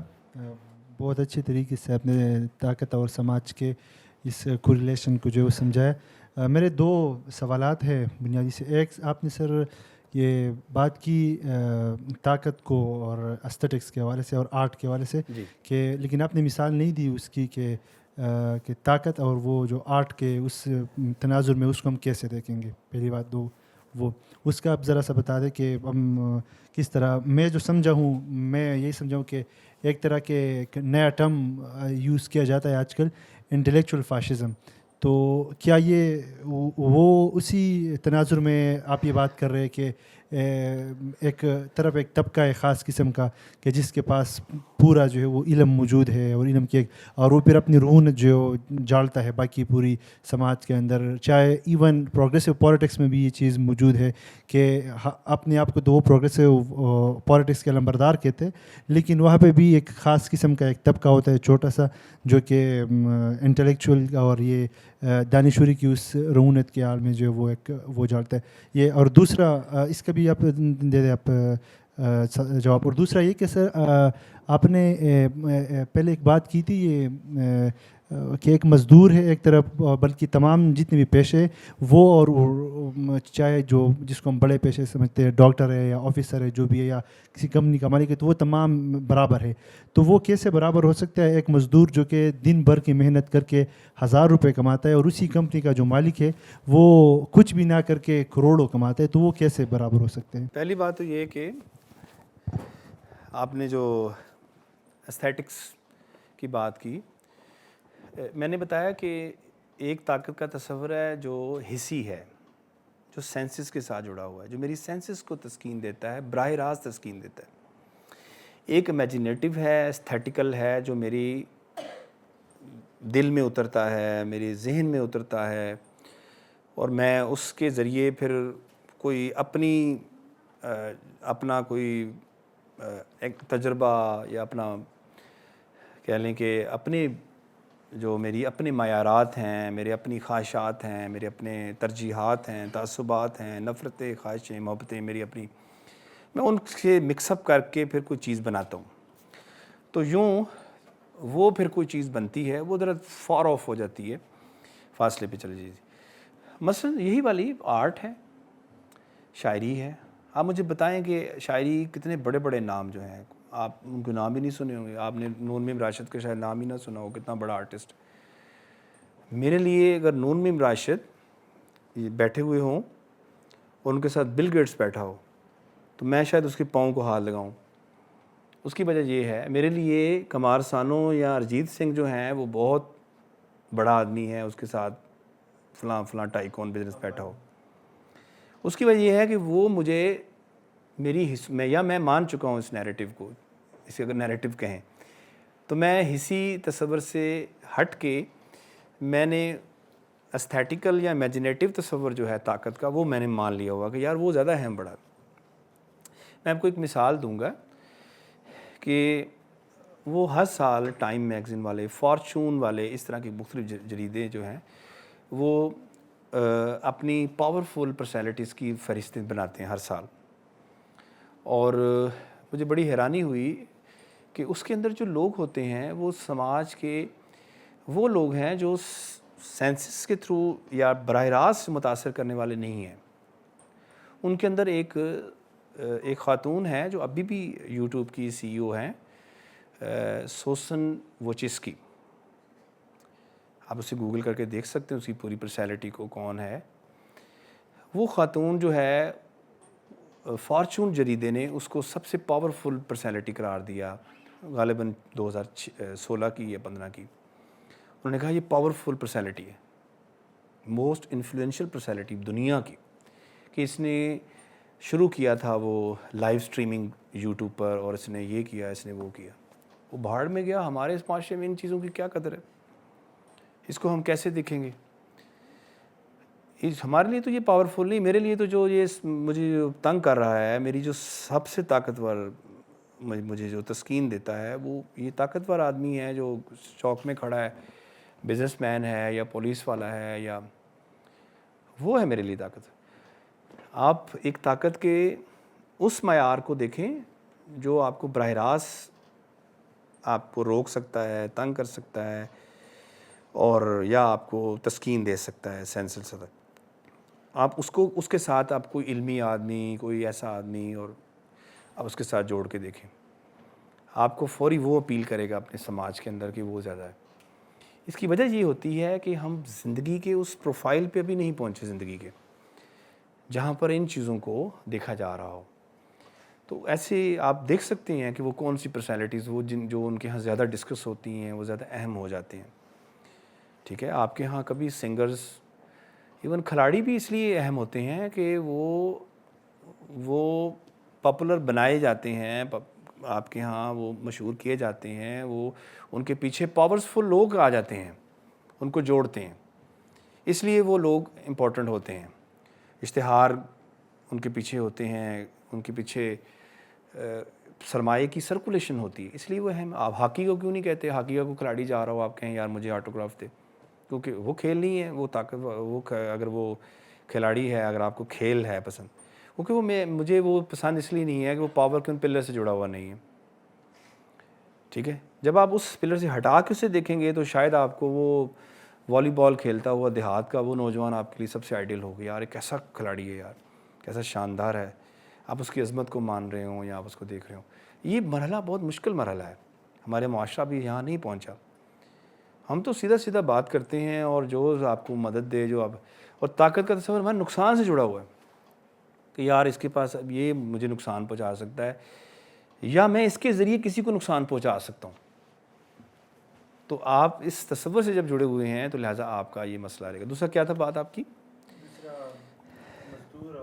نہیں دیکھیں، میں اس پوائنٹ سے کہہ رہا ہوں کہ اثر انداز ہونے کی صلاحیت، کنٹریبیوشن کی صلاحیت تو ظاہری بات ہے ہر سطح پہ ہوتی ہے. اگر کاش آپ اس طرح کرنے لگیں، اگر آپ سماج کے اندر، اپنی سوسائٹی کے اندر یہ تصور رائج کر دیں کنٹریبیوشن، آپ کنٹریبیوشن کی بات کر رہے ہیں کہ ڈاکٹر کنٹریبیوٹ زیادہ کر رہا ہے، وہ تو آپ کے ہاتھ پکڑ کے آپ کا مرہم لگا رہا ہے، وہ بہت بڑا آدمی ہے. ٹیچر جو آپ کو سامنے بیٹھ کے، لے مین ہے نا، عام گھروں سے آئے ہوئے لوگ، بچے ہیں، ان کے ساتھ وہ لگا ہوا ہے، بات کر رہا ہے، سکھا رہا ہے، بورڈ پہ بنا رہا ہے. میں ڈاکٹر صاحب کو دیکھتا ہوں، میں بڑا حیران ہوتا ہوں کہ یہ آدمی اس ایج میں کس طرح وہ بچوں کو سکھا رہے ہیں، بتا رہے ہیں. یہ بڑا آدمی ہے. یہ تصور ایک جو جا رہا ہے، اس کی کیا کنٹریبیوشن ہے؟ جو آپ مل کا نام لیں مالک، اس کی تو کوئی کنٹریبیوشن نہیں ہے. کنٹریبیوشن تو اس کی ہے اس جوکر کی کنٹریبیوشن ہے جو باہر کھڑا ہے میک ڈونلڈ کے باہر، فلاں کے باہر، بچوں کو جو لافنگ ہنسا رہا ہے. اس کے اپنے گھر میں بچے رو رہے ہیں. جو مکان بنا رہا ہے اس کا اپنا گھر نہیں ہے. جو جوتیوں کی فیکٹری میں جوتیاں بنا رہا ہے اس کے پاؤں میں جوتا نہیں ہے. کنٹریبیوٹ تو وہ کر رہا ہے بچے کو سماج کے اندر. اگر کنٹریبیوشن پہ آپ آ جائیں تو یہ تو وہی فارمولہ ہے نا کہ آپ اس کنٹریبیوشن سے چیزوں کو دیکھنا شروع کریں کہ یار یہ کنٹریبیوٹ کیا کر رہا ہے سماج کے اندر. اس سے نہیں دیکھا جاتا. اس سے اگر دیکھا جاتا ہو تو پھر تو مسئلہ حل ہو جائے، پھر تو ہم بہت بڑے، ہمارا معاشرہ بہت اچھا ہو جائے نا. ہم معاشرے کے اندر اعلیٰ قدروں کا معیار ہم بنا لیں. اور ہم، یہ تو بہت گھٹیا معیار ہے فیوڈل سماجیات سے چیزوں کو دیکھنا، پاور سے. اور پاور بھی وہ جو نقصان مجھے دے سکتی ہے، مجھے فائدہ دے سکتی ہے، براہ راست مجھے فائدہ دے سکتی ہے. میں ایک فون کروں گا، مجھے لون مل جائے گا، میں گھر بنا لوں گا، گاڑی لے لوں گا، میں یہ کر دوں گا، وہ کر دوں گا، ایسی کی تیسی پھیر دوں گا. لہٰذا اس پاور کے، اس فیلڈ کے اندر مجھے رہنا ہے، اس پاور کے ساتھ مجھے مل کے رہنا ہے. یہ مجھے براہ راست فائدہ دے گا. اس کے ساتھ میں کیا کروں گا جو یہاں چوک لے کے وہ مجھے لکھا رہا ہے، بچوں کو پڑھا رہا ہے. اس کے ساتھ میں کیا کروں گا؟ یہ مجھے کیا پاور دے سکتی ہے؟ یہ پاورفل آدمی نہیں، پاورفل وہ آدمی. یہ تصور جب آپ چھوڑیں گے تو آپ پھر اعلیٰ قدروں کی طرف جائیں گے، اعلیٰ معاشرہ بنائیں گے. تو معذرت کے ساتھ آپ اعلیٰ معاشرے کا حصہ نہیں ہے میرے خیال میں. ہم نے وہاں جانا ہے ابھی. جی ڈاکٹر صاحب بہت زبردست لیکچر تھا، اور یہ تو کافی واس فیلڈ ہے اس حوالے سے. اچھا، میرا ایک یہ تھا کہ جتنی بھی ہم ہسٹری دیکھتے ہیں، چاہے ہم ہندوازم کو لے لیں جس میں 4 کاسٹیں ہیں، ایک پاورفل ہے، باقی ڈاؤن ورڈ، ایسے بالکل ایسے. ٹھیک ہے جی. اور یہ کوئی نئی بات نہیں ہے. دوسری بات یہ کہ جتنے بھی یہ مجھے تو لگتا ہے ایسا ہے، آپ اس کو کنٹرڈکٹ کریں یا انڈورس کریں، کہ مجھے لگتا ہے ایسا ہے کہ یہ جو ایکویلیبریم ہے، پاور درمیان والا جو مارجن آپ نے ڈاؤن دا مارجن، مڈل اور اپ دا مارجن جو آپ نے لائنیں ڈرا کی ہیں اس حوالے سے، یہ ایگزسٹ کرتی ہیں. اور یہ جب آپ کسی ایکس کو پاور سے ہٹاتے ہیں تو کوئی اور، کیونکہ وہاں ویکیوم کریٹ ہو جاتا ہے اور وہ ویکیوم کو کوئی اور فل کر دیتا ہے. اب وہ پازیٹیو پاور بھی ہو سکتی ہے، نیگیٹو پاور بھی ہو سکتی ہے. یہاں پہ ہم بالکل ایگری کرتے ہیں، لیکن یہ ایگزسٹ کرتا ہے کیونکہ وہ ویکیوم ہوتا ہے. وہ ویکیوم خالی نہیں رہ سکتا. تو میں تو اس تھیوری کا، اب اس کو کنٹرڈکٹ بھی کر سکتے ہیں اور اس کو بالکل کر بھی سکتے ہیں کہ میں سمجھتا ہوں کہ یہ طاقت پریویل کر رہا ہے. اب کوشچن جو یہاں پہ ہے، جیسے انفلوئنشل کی بات ہے، تو ہمارے یہاں بھی کچھ انفلوئنشل لوگ ہیں، تو وہ جو طاقت ہے اگر وہ نیگیٹو ایفیکٹ ہے سماج پہ، اس کو تو ہم ٹارگٹ کر سکتے ہیں اور اس کی برائی کر بھی سکتے ہیں. لیکن طاقت پریویل کرے گا کیونکہ وہ ویکیوم کو سسٹین نہیں کر پائے گا، وہ ویکیوم کو فل کرے گا. میں اس پہ تھوڑی سی، کیونکہ یہ ہسٹوریکلی بھی دیکھیں، ٹائم اسپیس بھی جہاں بھی گھومتے رہیں، چاہے وہ آپ ویسٹ میں بھی جائیں، چاہے ایسٹ پہ جائیں، چاہے آپ فارسی کے ساتھ جڑ جائیں، چاہے آپ عربی کے ساتھ جڑ جائیں، چاہے چائنیز کے ساتھ جڑ جائیں، ایون دین پاور کا ایک پریویل کر رہا ہے. کمیونزم کے سیکولرزم کے ساتھ بھی پاور پھر بھی پریویل کرتا ہے، اور وہ ویکیوم وہ جس طرح بھی افیکٹ ہے. آپ نے بہت اچھی بات کہی ہے. میں نے اپنی کتاب میں اس کو بالکل ڈسکس کیا ہے کہ کیا برائی ہے اگر ہم ایک پاور کے ساتھ رہیں. اگر یہ ویکیوم فل ہوتے ہی رہنا ہے تو اس کے ساتھ مل کے رہیں. آپ کیوں، اس کا پرابلم کیا ہے؟ یا تو اس تصور کو آپ بدلیں کہ طاقت جو ہے وہ نقصان پہنچاتی ہے، یا وہ تصور جو طاقت کا ہے اس کو آپ ریپلیس کریں. طاقت وہ ہے انفلوئنشل ہونے کی، اگر ہم یہ ڈیفینیشن لے لیں کہ وہ اثر انداز ہو سکتی ہے. ہمیں چاہیے کہ ہم اس تصور کو ریپلیس کریں اور اس کو لے آئیں ہم اس تصور پر کہ وہ اپنی رسپانسبلٹی اپنے دائرے میں ادا کرے، اور یہ ہوتا ہے، یہ ہو رہا ہے، بہت اہم ہوتا ہے بم ڈسپوزل والا۔ بم کیا ہوتا ہے جی، وہ جو بم چیک کرتے ہیں، وہ بہت اہم لوگ ہوتے ہیں جو بڑے طاقتور ہوتے ہیں اور سماج میں وہ دیکھتے بھی ہیں۔ مجھے اس سے کوئی غرض نہیں ہے، وہ اپنی ذمہ داری ادا کر رہے ہیں، ٹھیک ہے۔ یہ آپ سیکرٹریز کے لائنیں لگی ہیں، یہ یونیورسٹیز کے اندر کتنے اسٹوڈنٹس کو پتہ ہوتا ہے یونیورسٹیز کے اندر کوئی وائس چانسلر بھی ہے، انہوں نے کبھی دیکھا بھی، بعض دفعہ ان کو دیکھا بھی نہیں ہوتا وائس چانسلر کو، وہ نہ وہ موو کرتا ہے وائس چانسلر، کیونکہ وہ اس پاور کے اس طرح جڑا نہیں ہوتا تصور۔ تو اگر اس طرح پاور کا کوئی تصور آپ کہتے ہیں کہ وہ موجود رہنا چاہیے یا اسے ویکیوم اس کو فل کرنے کے لیے کچھ پاور آ جائے گی، وہ آپ اس صورت میں کہہ رہے ہیں کہ وہ آرگنائزنگ فارم میں ہے۔ اگر تو وہ آرگنائزنگ فارم میں ہے، وہ آرگنائز کرنے کے لیے، اس ہیرارکی کو قائم رکھنے کے لیے، جیسے ایک فادر ہے، ایک مدر ہے، اس کی ایک ہیرارکی ہے، لیکن وہ نقصان دہ نہیں ہے، وہ بچوں کو گائیڈ کر رہے ہیں، بنا رہے ہیں۔ تو میرا سوال صرف یہ ہے، جو میں بار بار اس پہ فوکس کر رہا ہوں، کہ ایک شخص اگر انفلوئنشل ہے، اثر انداز ہو سکتا ہے، اس نے ویکیوم میں رہنا ہے، ورنہ وہ کوئی اور آ جائے گا، وہ پھر فل رہنا ہے، تو وہ اثر انداز ہونے کی مثبت پاور جو ہے پازیٹیو کیوں نہیں اڈاپٹ کرتا؟ وہ اسکول گراتا کیوں ہے؟ اسکول بنا بھی تو سکتا ہے، اگر پاورفل آدمی کے پاس اتنی طاقت ہوتی ہے تو لہٰذا وہ طاقت کے اس تصور سے کیوں نہیں جڑتا کہ وہ دوسروں کو نقصان پہنچانے کے تصور سے کیوں جڑتا ہے؟ کیا ایسے ان معاشروں میں نہیں ہے تصور؟ وہاں پر عہدے تو ہوتے ہیں، آپ کبھی جائیں وہاں، خاص طور پہ جو یورپ ہے یا ممالک کے اندر، انہوں نے اس تصور سے چھٹکارا پا لیا، وہ کرتا ہے، کام کر رہا ہے، وہ ویکیوم کو فل کر کے بیٹھا ہوا ہے، کام اپنی ذمہ داری ادا کر رہا ہے۔ لیکن جب وہ ہیرارکی کریٹ کرے گا، وہ باور کروائے گا، جو مارجن کریٹ کرے گا، اس سے پھر پرابلم کریٹ ہوں گے۔ کمزور کا تصور کا بیانیہ وہ بنائے گا کہ میں طاقتور ہوں تو مجھے طاقتور مانو، تو لہٰذا پاورفل وہ ہے اور اثر انداز ہونے کی صلاحیت رکھتا ہے، تو وہ اب پازیٹیو اثر انداز ہو، نیگیٹو کیوں ہوتا ہے؟ اس نے واقعی اس نے رہنا ہے، پاورفل رہنا ہے، یہ ہیرارکی کے بغیر نہیں رہ سکتے ہم، لیکن وہاں سے مجھے نقصان نہ پہنچائیں جو کمزور ہے، وہاں سے میں اپنی آپ کو کیوں ماپوں، یا مجھے کیوں بیانیہ دیا جا رہا ہے کہ میں اس لائن پہ اس طرف جاؤں، اس جیسا بنوں؟ پٹواری کیوں امپورٹنٹ ہے ڈی سی سے؟ اسے بیانیہ دیا گیا ہے، ٹھیک ہے، یہ والا مسئلہ تو ہے۔ جی میرا کویشچن یہ ہے کہ ہر نیریٹو یا بیانیے کے پیچھے ہم سازش کیوں تلاش کرتے ہیں؟ سازش ہو بھی سکتی ہے، ہر ایک کے پیچھے سازش جو ہوتی ہے، بلکہ کچھ چیزیں خود رو بھی ہو سکتی ہیں۔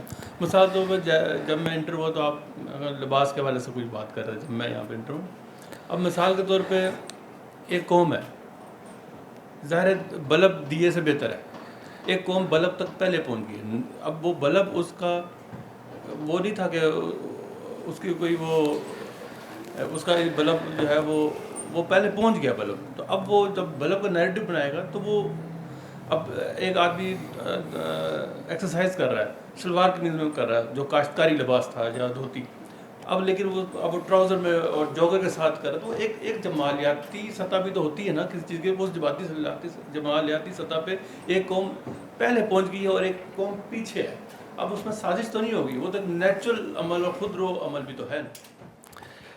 نہیں، ہم تو صرف ان بیانیوں کی بات کر رہے ہیں جو بیانیے ریپلیس کیے گئے، جن کے پیچھے سازش تھی، جن کو مولڈ کیا گیا، توڑا گیا، بنایا گیا، جس کے اندر خاص طرح کی پوائزننگ شامل کی گئی اور یہ بتایا گیا کہ یہ ٹھیک نہیں ہے، یہ ٹھیک ہے، ان بیانوں کی بات کرنا ہے۔ ورنہ آپ کے ارد گرد، آپ کے اوپر سینکڑوں نہیں، ہزاروں نہیں، پتہ نہیں کتنے بیانیے آپ پر کہاں۔ آپ مارکیٹ میں جاتے ہیں کوئی چیز لینے، آپ کیسے ایک ٹوتھ پیسٹ اٹھا لیتے ہیں؟ آپ کو کیسے پتہ یہ ٹوتھ پیسٹ؟ کوئی نہ کوئی بیانیہ آپ نے خود بیانیہ بنایا ہوتا ہے بعض دفعہ، اس کے بارے میں کوئی نیریٹو آؤٹ ورڈ دنیا کا، زندگی کو دیکھنے کا آپ خود بھی بنا، ضروری نہیں ہے کہ باہر سے بیانیہ آتے ہیں، بیانیہ آپ خود بھی بناتے ہیں زندگی کو دیکھنے کے، جو جس سے دوسرے اختلاف کر سکتے ہیں۔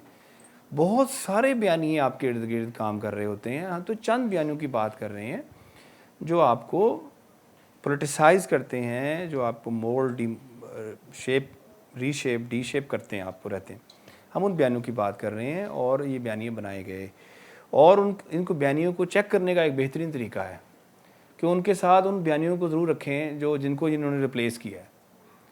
تو آپ کو پتہ چل جائے گا کہ یار اس میں کیا برائی ہے. ایک منٹ کے لیے سوچے تو صحیح کہ میں نے اگر فلاں کام میں اگر کرتا ہوں تو اس میں کیا برائی ہے. تو اس کی ڈی کنسٹرکشن کر کے آپ دیکھ لیں کہ ان دونوں بیانیوں, اگر اس کو ریپلیس اگر کر کے یہ بیانیہ بنایا گیا ہے تو اس بیانیے میں کیا پرابلم تھی. دونوں کو آپ چیک کر کے دیکھ لیں تو آپ کو پتہ چل جائے گا کہ یہ کیوں ریپلیس ہوا. اس کے پیچھے یہی تو پوسٹ کلونیل اسٹڈی جو ہے اس قانونی کو پوری طرح ڈی کنسٹرکٹ کرنے کا نام ہے, جو ہمارے ہم جو کرتے ہیں کہ کالونی کو ڈی کنسٹرکٹ کر کے دیکھیں اس پورے پیریڈ کو, کہ اس کے اندر کس طرح کنسٹرکشن کی گئی تھاٹ کی, کس طرح زبانوں کی اور زندگی کے ایک طرز عمل کی کنسٹرکشن کی گئی, بنائی گئی. باقی کوئی بری بات نہیں ہے, باقی آپ صحیح کہہ رہے ہیں. بیانیوں کے بغیر اور اس پوائزننگ کے بغیر ہو تو کوئی برائی نہیں ہے, اور ہم رہتے ہیں, ہمیں اچھا لگتا ہے, اور اچھی چیزوں کو اپنانا چاہیے. اور اچھی چیزیں وہی ہم نے جانا ادھر ہی ہے, وہ اچھی چیزیں ہیں, ہمیں اپنانا چاہیے, لیکن ان بیانیوں کے ساتھ نہیں. ان پہ سب کا حق ہے. موبائل آدمی, غریب سے غریب آدمی ایک ریڑے پہ بیٹھا موبائل پہ اپنے گھر کو بچی کو بتا رہا ہے کہ روٹی پکا کے رکھی, میں آ رہے ہیں, تو کوئی برائی نہیں ہے اس بیانیے کی کہ آپ استعمال کریں, آپ زندگی میں سہولت لائیں, زندگی کو آسانی کریں. لیکن اس وقت یہ بیانیہ پوائزننگ ہوگا جب کسی طاقتور کے پاس یہ سہولت ہو, غریب کے پاس نہ ہو, کہ میرے پاس تمہارے پاس نہیں, خبردار تم اس طرف میں رہو. اس وقت یہ چیز پھر سازشی ہوگی, یہ خاص طرح کے نیریٹو کے اندر آئے گی. اب یہ نہیں, اب سب استعمال کرتے ہیں, سب کے پاس ہے سہولت, سب کے پاس ہے, زندگی کی خوبصورتی ہے, سب کو ملنی چاہیے میرے خیال میں. ایک تو پہلے میں اپنا تھوڑا پوائنٹ آف ویو دینا چاہتی ہوں, پھر آپ اس میں انڈورس کریں. اگر کیا آپ نہیں سمجھتے کہ طاقت کا جو تصور ہے یا طاقتور کا جو تصور ہے وہ در حقیقت کمزور ذہن کی آپ کہہ لیں کہ اختراع ہے. وہ طاقتور کو طاقتور ہونے کا احساس دلاتا ہے. یعنی اگر ایک معتقد جو ہے, جو ایک مرشد ہے, وہ پیر کے پیروں میں بیٹھتا ہے تو پیر کو یا پیر کے ہاتھ چومنے کی خواہش رکھتا ہے, تو پیر کو اس کا رویہ اس چیز کا انکانشیسلی احساس دلاتا ہے کہ وہ ہی از سم تھنگ امپورٹنٹ. اسی طرح ایک جو آپ کہہ لیں ایک سیاستدان ہے, اس کو جو اس کا فالوور ہے وہ اس کو احساس دلاتا ہے کہ وہ پاورفل ہے. شاید وہ خود میں اپنے اندر طاقت کا وہ احساس نہ رکھتا ہو, جو اس کو فالو کرنے والا جو خود کو کمزور سمجھ رہا ہے وہ اس کو یہ احساس دلاتا ہے. اور کائنڈلی اگر تھوڑا سا میں یہ, اب اس میں بھی آپ کا سماج جو ہے وہ طاقت کی کنسٹرکٹیو اور ڈسٹرکٹیو جو اپروچ ہے سماج قائم کر رہا ہے آپ کا. مطلب جو طاقت کا تصور اس معاشرے میں ہے, ہمارے ایشین آپ کہہ لیں ریجن میں کنٹریز, خاص طور پہ انڈیا, پاکستان اور ارد گرد کے جو ہمارے کنٹریز ہیں, چائنا کو نکال کے, لیکن جو یورپین کنٹریز میں طاقت کا تصور ہے وہ بالکل الگ ہے. اب میرے نزدیک میری ذہنی جو ہے سوچ وہ یہ ہے کہ میں جس وقت لیبر پین میں ہوں, مجھے اس پین سے نجات دلانے والا جو ڈاکٹر ہے نا, اس وقت وہ میرے نزدیک سب سے زیادہ طاقتور وہ ڈاکٹر ہے جو مجھے اس تکلیف سے نجات دلانے کی طاقت رکھتا ہے. آپ یہاں پہ اب جو بیٹھے ہیں, سن رہے ہیں, آپ لیکچر دے رہے ہیں, تو اس وقت میرا خیال ہے کہ آپ کے پاس جو طاقت ہے ذہنوں پہ انفلوئنس کرنے کی, وہ سب سے زیادہ یہ آپ سب سے زیادہ طاقتور شخص ہیں اس وقت. لیکن سماج جو ہے وہ میرے اس تصور کو جھٹلا دیتا ہے. سماج مجھے طاقتور اس کو کہتا ہے جو سڑک پہ چالان ہو جائے تو جو ASI اس چالان سے آپ کو بچا سکے, ایک فون کرے اور وہ آپ کو چھڑوا دے, سماج اس کو طاقتور ثابت کرتا ہے. تو آپ کیا کہیں گے اس کے بارے میں؟ پہلی بات تو یہ ہے کہ ان کو اتنا معصوم بھی نہ کہیں. جو بڑی طاقتیں ہیں ان کے ہاں سوشل کنسٹرکشن میں تو انہوں نے اپنے ہاں طاقت کے تصور کو بدلا ہے, لیکن جو ملٹی پاور کا جو تصور ہے یا میگا پاور کا تصور جو ہے وہ انہوں نے رکھا ہوا ہے ابھی بھی. چھوٹی قوموں کے ساتھ وہ جو کرتے ہیں وہ آج بھی ہے. اگر آپ کے بچے ہیں, آپ کبھی بھی نہیں یہ چاہیں گے کہ میرے بچے جو ہیں ان میں سے کوئی ایک محروم ہو, ایک بہت طاقتور ہو جائے اور ایک بھوک کا مسئلہ ہو ایک کو. تو یہ وہ طاقتیں تھیں جو طاقت حاصل کر کے اور باپ کے رتبے پہ کھڑی تھیں, سماج کے اندر یا پوری دنیا کے گلوب پہ اندر نئی تبدیلیاں لا سکتی تھیں. لیکن افسوس یہ ہے کہ ان طاقتوں نے استحصال کیا، کر رہی ہیں ابھی تک، اور الٹیمیٹ پاور بہرحال وہ اپنے پاس رکھتے ہیں، اور وہ ختم نہیں ہوئی الٹیمیٹ پاور کا تصور. ہمارے ہاں بھی دیکھیں الٹیمیٹ پاور کا تصور جو ہے عسکری قوتوں کے پاس ہے. وہ نہیں چاہتے کہ ہم پاور کو اس طرح تقسیم کریں، وہ خوش ہوتے ہیں، بلکہ وہ ان سے بارٹر کرتے ہیں پاورز، خوش ہوتے ہیں چھوٹے چھوٹے کیبنز میں پاورز رہیں، ملا کے پاس پاور رہے، سیاستدان کے پاس پاور، جب چاہیں ان سے چھین لے. ایک فون آئے گا، یہ کریں گا، گدی اور ملا جو ہے ایسی کی تیسی وہ سب سیٹ ہو جائیں گے. وہ الٹیمیٹ پاور ضرور رکھتے ہیں اپنے پاس. الٹیمیٹ پاور کا تصور افسوس کہ ابھی بھی سماجوں میں موجود ہے. ان سماجوں میں بھی پاور کا تصور موجود ہے، الٹیمیٹ پاور کا تصور. وہ ان کے لیے نہیں ہے، انہوں نے اپنے آپ کو ڈفرینشیٹ کر لیا ہے سماج کی حرکت سے، ان کی سماج کی حرکت سے وہ چیزیں نکل گئی ہیں. لیکن بہرحال ان کے ہاں الٹیمیٹ پاور کا تصور دوسری قوموں کے لیے آج بھی موجود ہے، اور وہ دیکھ لیں استحصال کرتی ہیں، اپنی شرائط پہ وہ چیزوں کو جوڑتے بناتے ہیں آج بھی، اور وہ رکھتے ہیں. تو لہٰذا یہ تصور موجود ہے. جی پہلے تو آپ کا لیکچر بڑا دلچسپ رہا اور بڑا کچھ سیکھنے کو ملا. دوسرا یہ بتائیے کہ جو طاقت کا تصور جس پر آپ نے بات کی ہے، کیا ہم اس کو ماڈرنزم سے قریب کہیں؟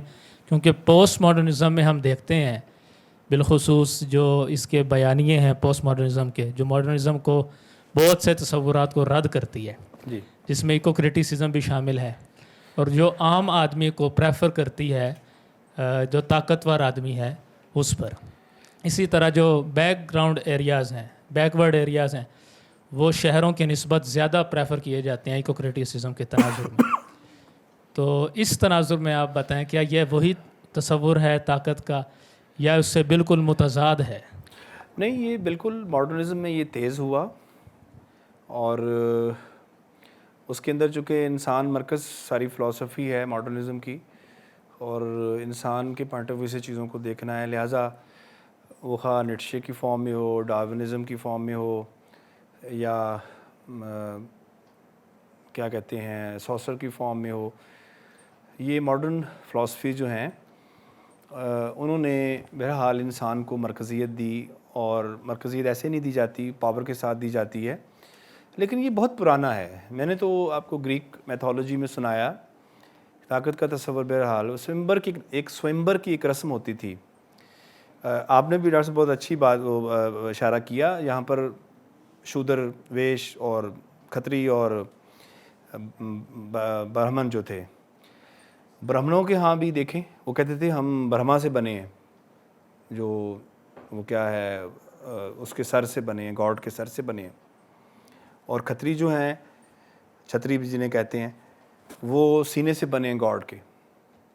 وہ عسکری پاور ان کے پاس ہوتی تھی. چھتریوں کے پاس عسکری پاورز وہ سمجھتے تھے. وہ کسی کو قتل بھی کر دیتے تھے، کہتے تھے کہ یہ میرے پاس پاور ہے. اور برہمن جو تھے، برہمن اپنے آپ کو کہتے تھے ہم انٹلیکچوئلز ہیں، ہم برین ہیں سوسائٹی کا، اور ہمیں ہر اچھا برا کام کرنے کی ہمارے پاس طاقت ہے. اور ویش جو تھے یہ ملازمت کرتے تھے، کھیتی باڑی کرتے تھے، یہ کام کر کاج کرتے تھے.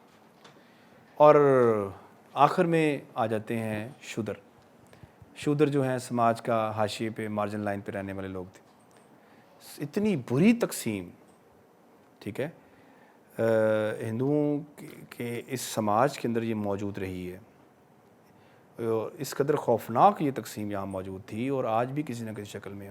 مسلمان جب جائے تو یہ بڑے ماڈرن تھے اس وقت کہ جی یہ ان کے ہاں کوئی نہیں ہے، مذہب کے اندر برابری کا درس ہے، یہ ہے وہ ہے. لیکن افسوسناک صورتحال یہ کہ یہ زیادہ فیوڈل مزاج لے کے آئے اور پیغام یہ لے کے آئے، لیکن جو رویہ یہاں ایٹیچیوڈ دکھایا گیا. مثلا دیکھیں نا، ایک بادشاہ کا تصور، وہ رایا کا تصور. رایا کا مطلب یہ ہے کہ یہ میرے متعلقات ہیں، میں ان کا ہیڈ ہوں، اور جس کو چاہوں مار دوں، جس کو چاہوں کر دوں. تو یہ دربار کا کلچر، وہ آگے فریاد کرنے کا، یہ تصور ہی ایک طاقت کا، سینٹرل پاور کا تصور تھا جو انہوں نے مسلمانوں نے آ کے رائج کیا. ذات کا تصور بڑا خوفناک ہے سب کانٹیننٹ میں، اس پہ بات نہیں ہوئی. ذاتوں کے ساتھ جڑنے کا تصور. خدا کے لیے میں نے تو اپنے ادیبوں کو بھی، مستنصر حسین تارڑ، میں کہ تارڑ صاحب دیکھیں، اب تارڑ لکھا ہوا انہوں نے اپنی ذات کا. اور نسرین انجم بھٹی ہماری پنجابی کی بڑی شاعر ہے. کتنے نام آپ کو بتائے جائیں, لائنیں لگی ہوئی ہیں. پھر یہ فاروقی اور کاظمی اور یہ اور وہ اس قدر ہیں, قریشی اور ہاشمی نسبتیں ذاتوں کے ساتھ. ذات کے ساتھ جڑنے کا کیا وجہ تھی؟ اس لیے کہ مجھے اچھا برا دونوں تصور ذات کے ساتھ, قبیلے کے تصور کے ساتھ جڑا ہوا تھا. قبیلہ مجھے پروٹیکٹ کرے گا, قبیلہ مجھے میری اچھے برے میں میری مدد کر سکتا ہے. قبیلے کی فارم میں مجھ پہ حملہ آور ہو, مجھے آفات آئیں, کوئی مجھے پرابلم ہو, مسئلہ ہو, تو وہ قبیلوں کے ساتھ جڑ کے رہتے تھے خاندان کہ یہ فلاں ہے فلاں ہے فلاں. یہ اتنا خوفناک تصور ہے. یہ یہودیزم میں بھی ہے, عیسائیت میں بھی, اسلام میں بھی یہ تصور موجود رہا. رسول اللہ کی وفات کے فوری بعد اوس, خزرج اور قریش قبیلے سامنے آ گئے. اوس والے خزرج والوں کو ہرانا چاہتے تھے اور قریشی ہی رہے, قریشی ہی حکمران رہے. ساری ہاشمی جو ہے وہ تھوڑی سی حکمرانی ان کے حصے میں آئی, قریشی ہی رہے. پھر بنو امیہ والے آگے, امیہ اور ہاشم تھے, ہاشمی تھے, ہاشم کے بھتیجے تھے امیہ. تو امیہ فیملی آ گئی, پھر عباسی, پھر ہاشمی آ گئے. عباسی جو تھے وہ بھی ہاشمی تھے, دونوں قریشی تھے. تو قریشیوں کے علاوہ کسی کو نہیں آنے دیا گیا. یہ تصور ان کے ہاں اتنی کوئی بھی دیکھیں انصاری نہیں آیا اور کوئی طاقت میں نہیں آیا جنہوں نے قربانیاں دیں اس پریچنگ میں اور بلانے میں. یہ ذات کا تصور بڑا خوفناک ہے سب کانٹیننٹ میں. اس پہ بڑی الگ سے بات ہونی چاہیے کہ ذاتوں کے ساتھ جڑنے کا تصور. اور یہ آپ جو بات عبداللہ کر رہے ہیں یہ صدیوں سے موجود ہے. پری ماڈرن ایج میں بھی ایسا تصور رہا ہے, بلکہ وہ زیادہ خوفناک تھا. ماڈرنزم نے چونکہ سائنس کے ساتھ چلنے کو ترجیح دی اور سائنس اس کی انسان کی دسترس میں ہے, لہٰذا انسان مرکز ہو گیا کہ میں ہر چیز کو تم سے کیوں پوچھوں یا تم سے کیوں پوچھوں, کیوں نہ میں اس چیز سے خود پوچھوں, اس چیز سے کہ تم کیا ہو. وہ سائنس تھی. یہ پہاڑوں کو دیکھا گیا, زمین کو گنگالا گیا, فلکیات کو دیکھا گیا, تو نیچر کے اندر اتر کے اسٹڈی کی گئی. وہ کون کر رہا تھا؟ وہ انسان کر رہا تھا. لہٰذا ہر چیز انسان مرکز ہوگی کہ وہ ہر چیز کو جانا جا سکتا ہے. پاور کا ایک نیا تصور کریٹ ہوا. تو یوں لہٰذا تصور پری ماڈرن بھی ہے, ماڈرن بھی ہے. پوسٹ ماڈرن میں آپ صحیح کہہ رہے ہیں کہ اس پہ اب ہم لوگ تو پوسٹ ماڈرن اپنے آپ کو کہتے ہیں, اس پہ لکھتے بھی ہیں اور کام بھی کرتے ہیں. اور ہم کہتے ہیں کہ اس تصور سے پلیز ڈی سینٹر کریں چیزوں کو, ماحول کو, سماج کو. اس تصور سے کہ یہ طاقتور ہے, یہ کمزور ہے, اس تصور کو بھی ڈی سینٹر ریکنسٹرکٹ کریں. ادروائز آپ کا سماج جو ہے اسی طرح ہی رہے گا اور اس کے اندر کبھی بہتری کی نہیں آ سکے گی.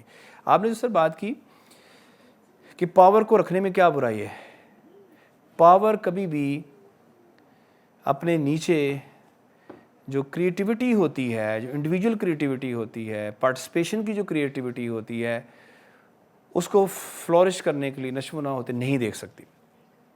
وہ اس کو چیلنج کرتی ہے. لہٰذا وہ اس کے ساتھ جو ہے انٹریکشن, اس کا ساتھ تصادم شروع ہو جائے گا, کانفلکشن شروع ہو جائے گا.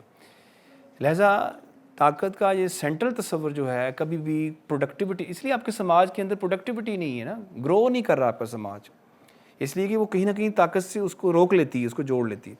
جو کریٹیوٹی جو ہے وہ جڑی ہوئی ہے میری انڈیویجولیٹی سے. میری انفرادیت میری کب چیلنج ہوتی ہے؟ جب مجھ پہ پاور مجھے ریئیکٹ کرتی ہے, مجھے روکتی ہے.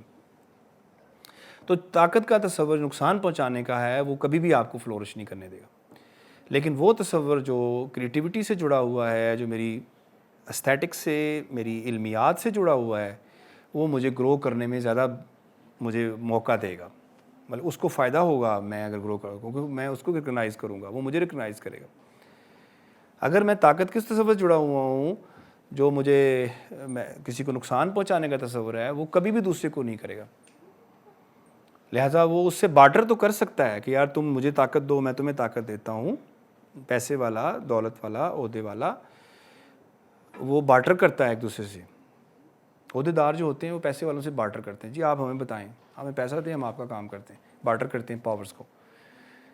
وہ اس لیے نہیں کرتے اس بارٹر کے وہ بہت اچھے ہیں, وہ اس لیے کرتے ہیں کہ میں اس سے اپنی چیزیں بارٹر کر کے اسے فائدہ لے سکتا ہوں. اس سے کیوں فائدہ لے گا جو طاقت کے علمیاتی تصور سے جڑا ہو؟ اس سے نہیں وہ کرے گا بارٹر, اسے حاشیے پہ دھکیل دے گا یا اس کو سماج. تو ایسے لوگ ہمارے ہاں سماج کے حاشیے پر ہیں معذرت کے ساتھ. آرٹ سے جڑے ہوئے لوگ, جو فکر سے جڑے ہوئے لوگ, جو ٹیچرز ہیں جو جہاں چوک لے کے پڑھا رہے ہوتے ہیں, یہ ہمارے سماج کے حاشیے پہ لوگ ہیں. ان کو کوئی نہیں دیکھتا, ان کو کوئی ان کے ساتھ تصویر نہیں بنانا چاہتا, ان کے ساتھ کوئی. ان کے آٹوگراف مجھے یاد آ گئی عبداللہ مجید امجد کی, تو وہ یہی کہتا ہے کہ میں وشوں کا جھمکٹا ہے, اس میں باؤلر جو ہے وہ سائن لے رہا ہے, وہ شاعر کہتا میں تو نہیں. وہ اس لیے کہ وہ اس تصور سے نہیں جڑا ہوا, وہ اس کے ساتھ ہے, وہ زیادہ انفلوئنشل ہے, وہ زیادہ اٹریکٹیو ہے, وہ زیادہ ماڈریٹ ہے, اس تصور سے جڑا ہوا ہے. تو یہ گفتگو تھی جی. تو جی پلیز. محمود شیخ کہہ رہے ہیں کہ طاقت اور جنس کا جو باہمی جو تعلق ہے اس پر بھی کئی سوال اٹھتے ہیں. جی بالکل, بہت اہم ٹاپک ہے, میں نے کچھ اس پہ بات کی ہے اپنی کتاب میں. یہ ایک بالکل الگ سے ٹاپک ہے. طاقت جنس کا بالکل ایک نیکسچر موجود ہے. اس نیکسس کے ساتھ جو ہے چیزیں جڑی ہوئی ہیں اور اس کے بغیر نہیں. بہرحال جنس آپ کی حسی تسکین ہے, اور حسی تسکین جو ہے وہ باقی تسکینوں کو کبھی اگنور کر کے ایک الگ سے وہ قائم نہیں ہے. جہاں البتہ استھیٹک اگر بنے گی, اگر جنس استھیٹک ہے تو وہ ظاہری بات ہے وہ آپ کی علمیات پہ, آپ کی جمالیات سے جڑ جائے گی اور وہ فار ایورنیس ہے وہ شاید. لیکن طاقت کا بہرحال جنس کے ساتھ ایک بڑا گہرا نیکسس موجود ہے, اور منڈی ہے, بہت بڑی منڈی ہے اس وقت. آپ جانتے ہیں کہ اس وقت جنس کی منڈی جو ہے وہ پوری دنیا میں طاقت کے سماج کے پلر سے جڑی ہوئی ہے. عبداللہ الطاف جو ہے وہ مارکسزم کے بارے میں آپ کا جو سوچیں ہیں وہ جاننا چاہ رہے ہیں. میری مقصد کیوں آپ اسے پوچھنا چاہتے ہیں, لیکن بہرحال بہت سی باتیں ٹھیک ہیں. ہم ان کو جیسے میں نے آغاز میں ہی کہا کہ یہ بہت کلاسز تو سب سماج میں ہیں, اور طبقات اگر سماج میں موجود ہیں تو بہرحال مارکس کا سوال وہ قائم ہے. اگر کلاسز موجود ہیں, طبقے موجود ہیں, تو طبقات جو ہیں وہ آپ کو انفلوئنس بھی کر رہے ہیں, آپ کو کویشچن آپ پہ اٹھا رہے ہیں, آپ اس سے دور نہیں جا سکتے. تو مارکس بہرحال زندہ ہے, مارکس کے سوالات زندہ ہیں, ان کی شکلیں بدل گئی ہیں, اور اس پہ ہمیں اعتراضات ہو سکتے ہیں اور ہمیں بھی ہیں.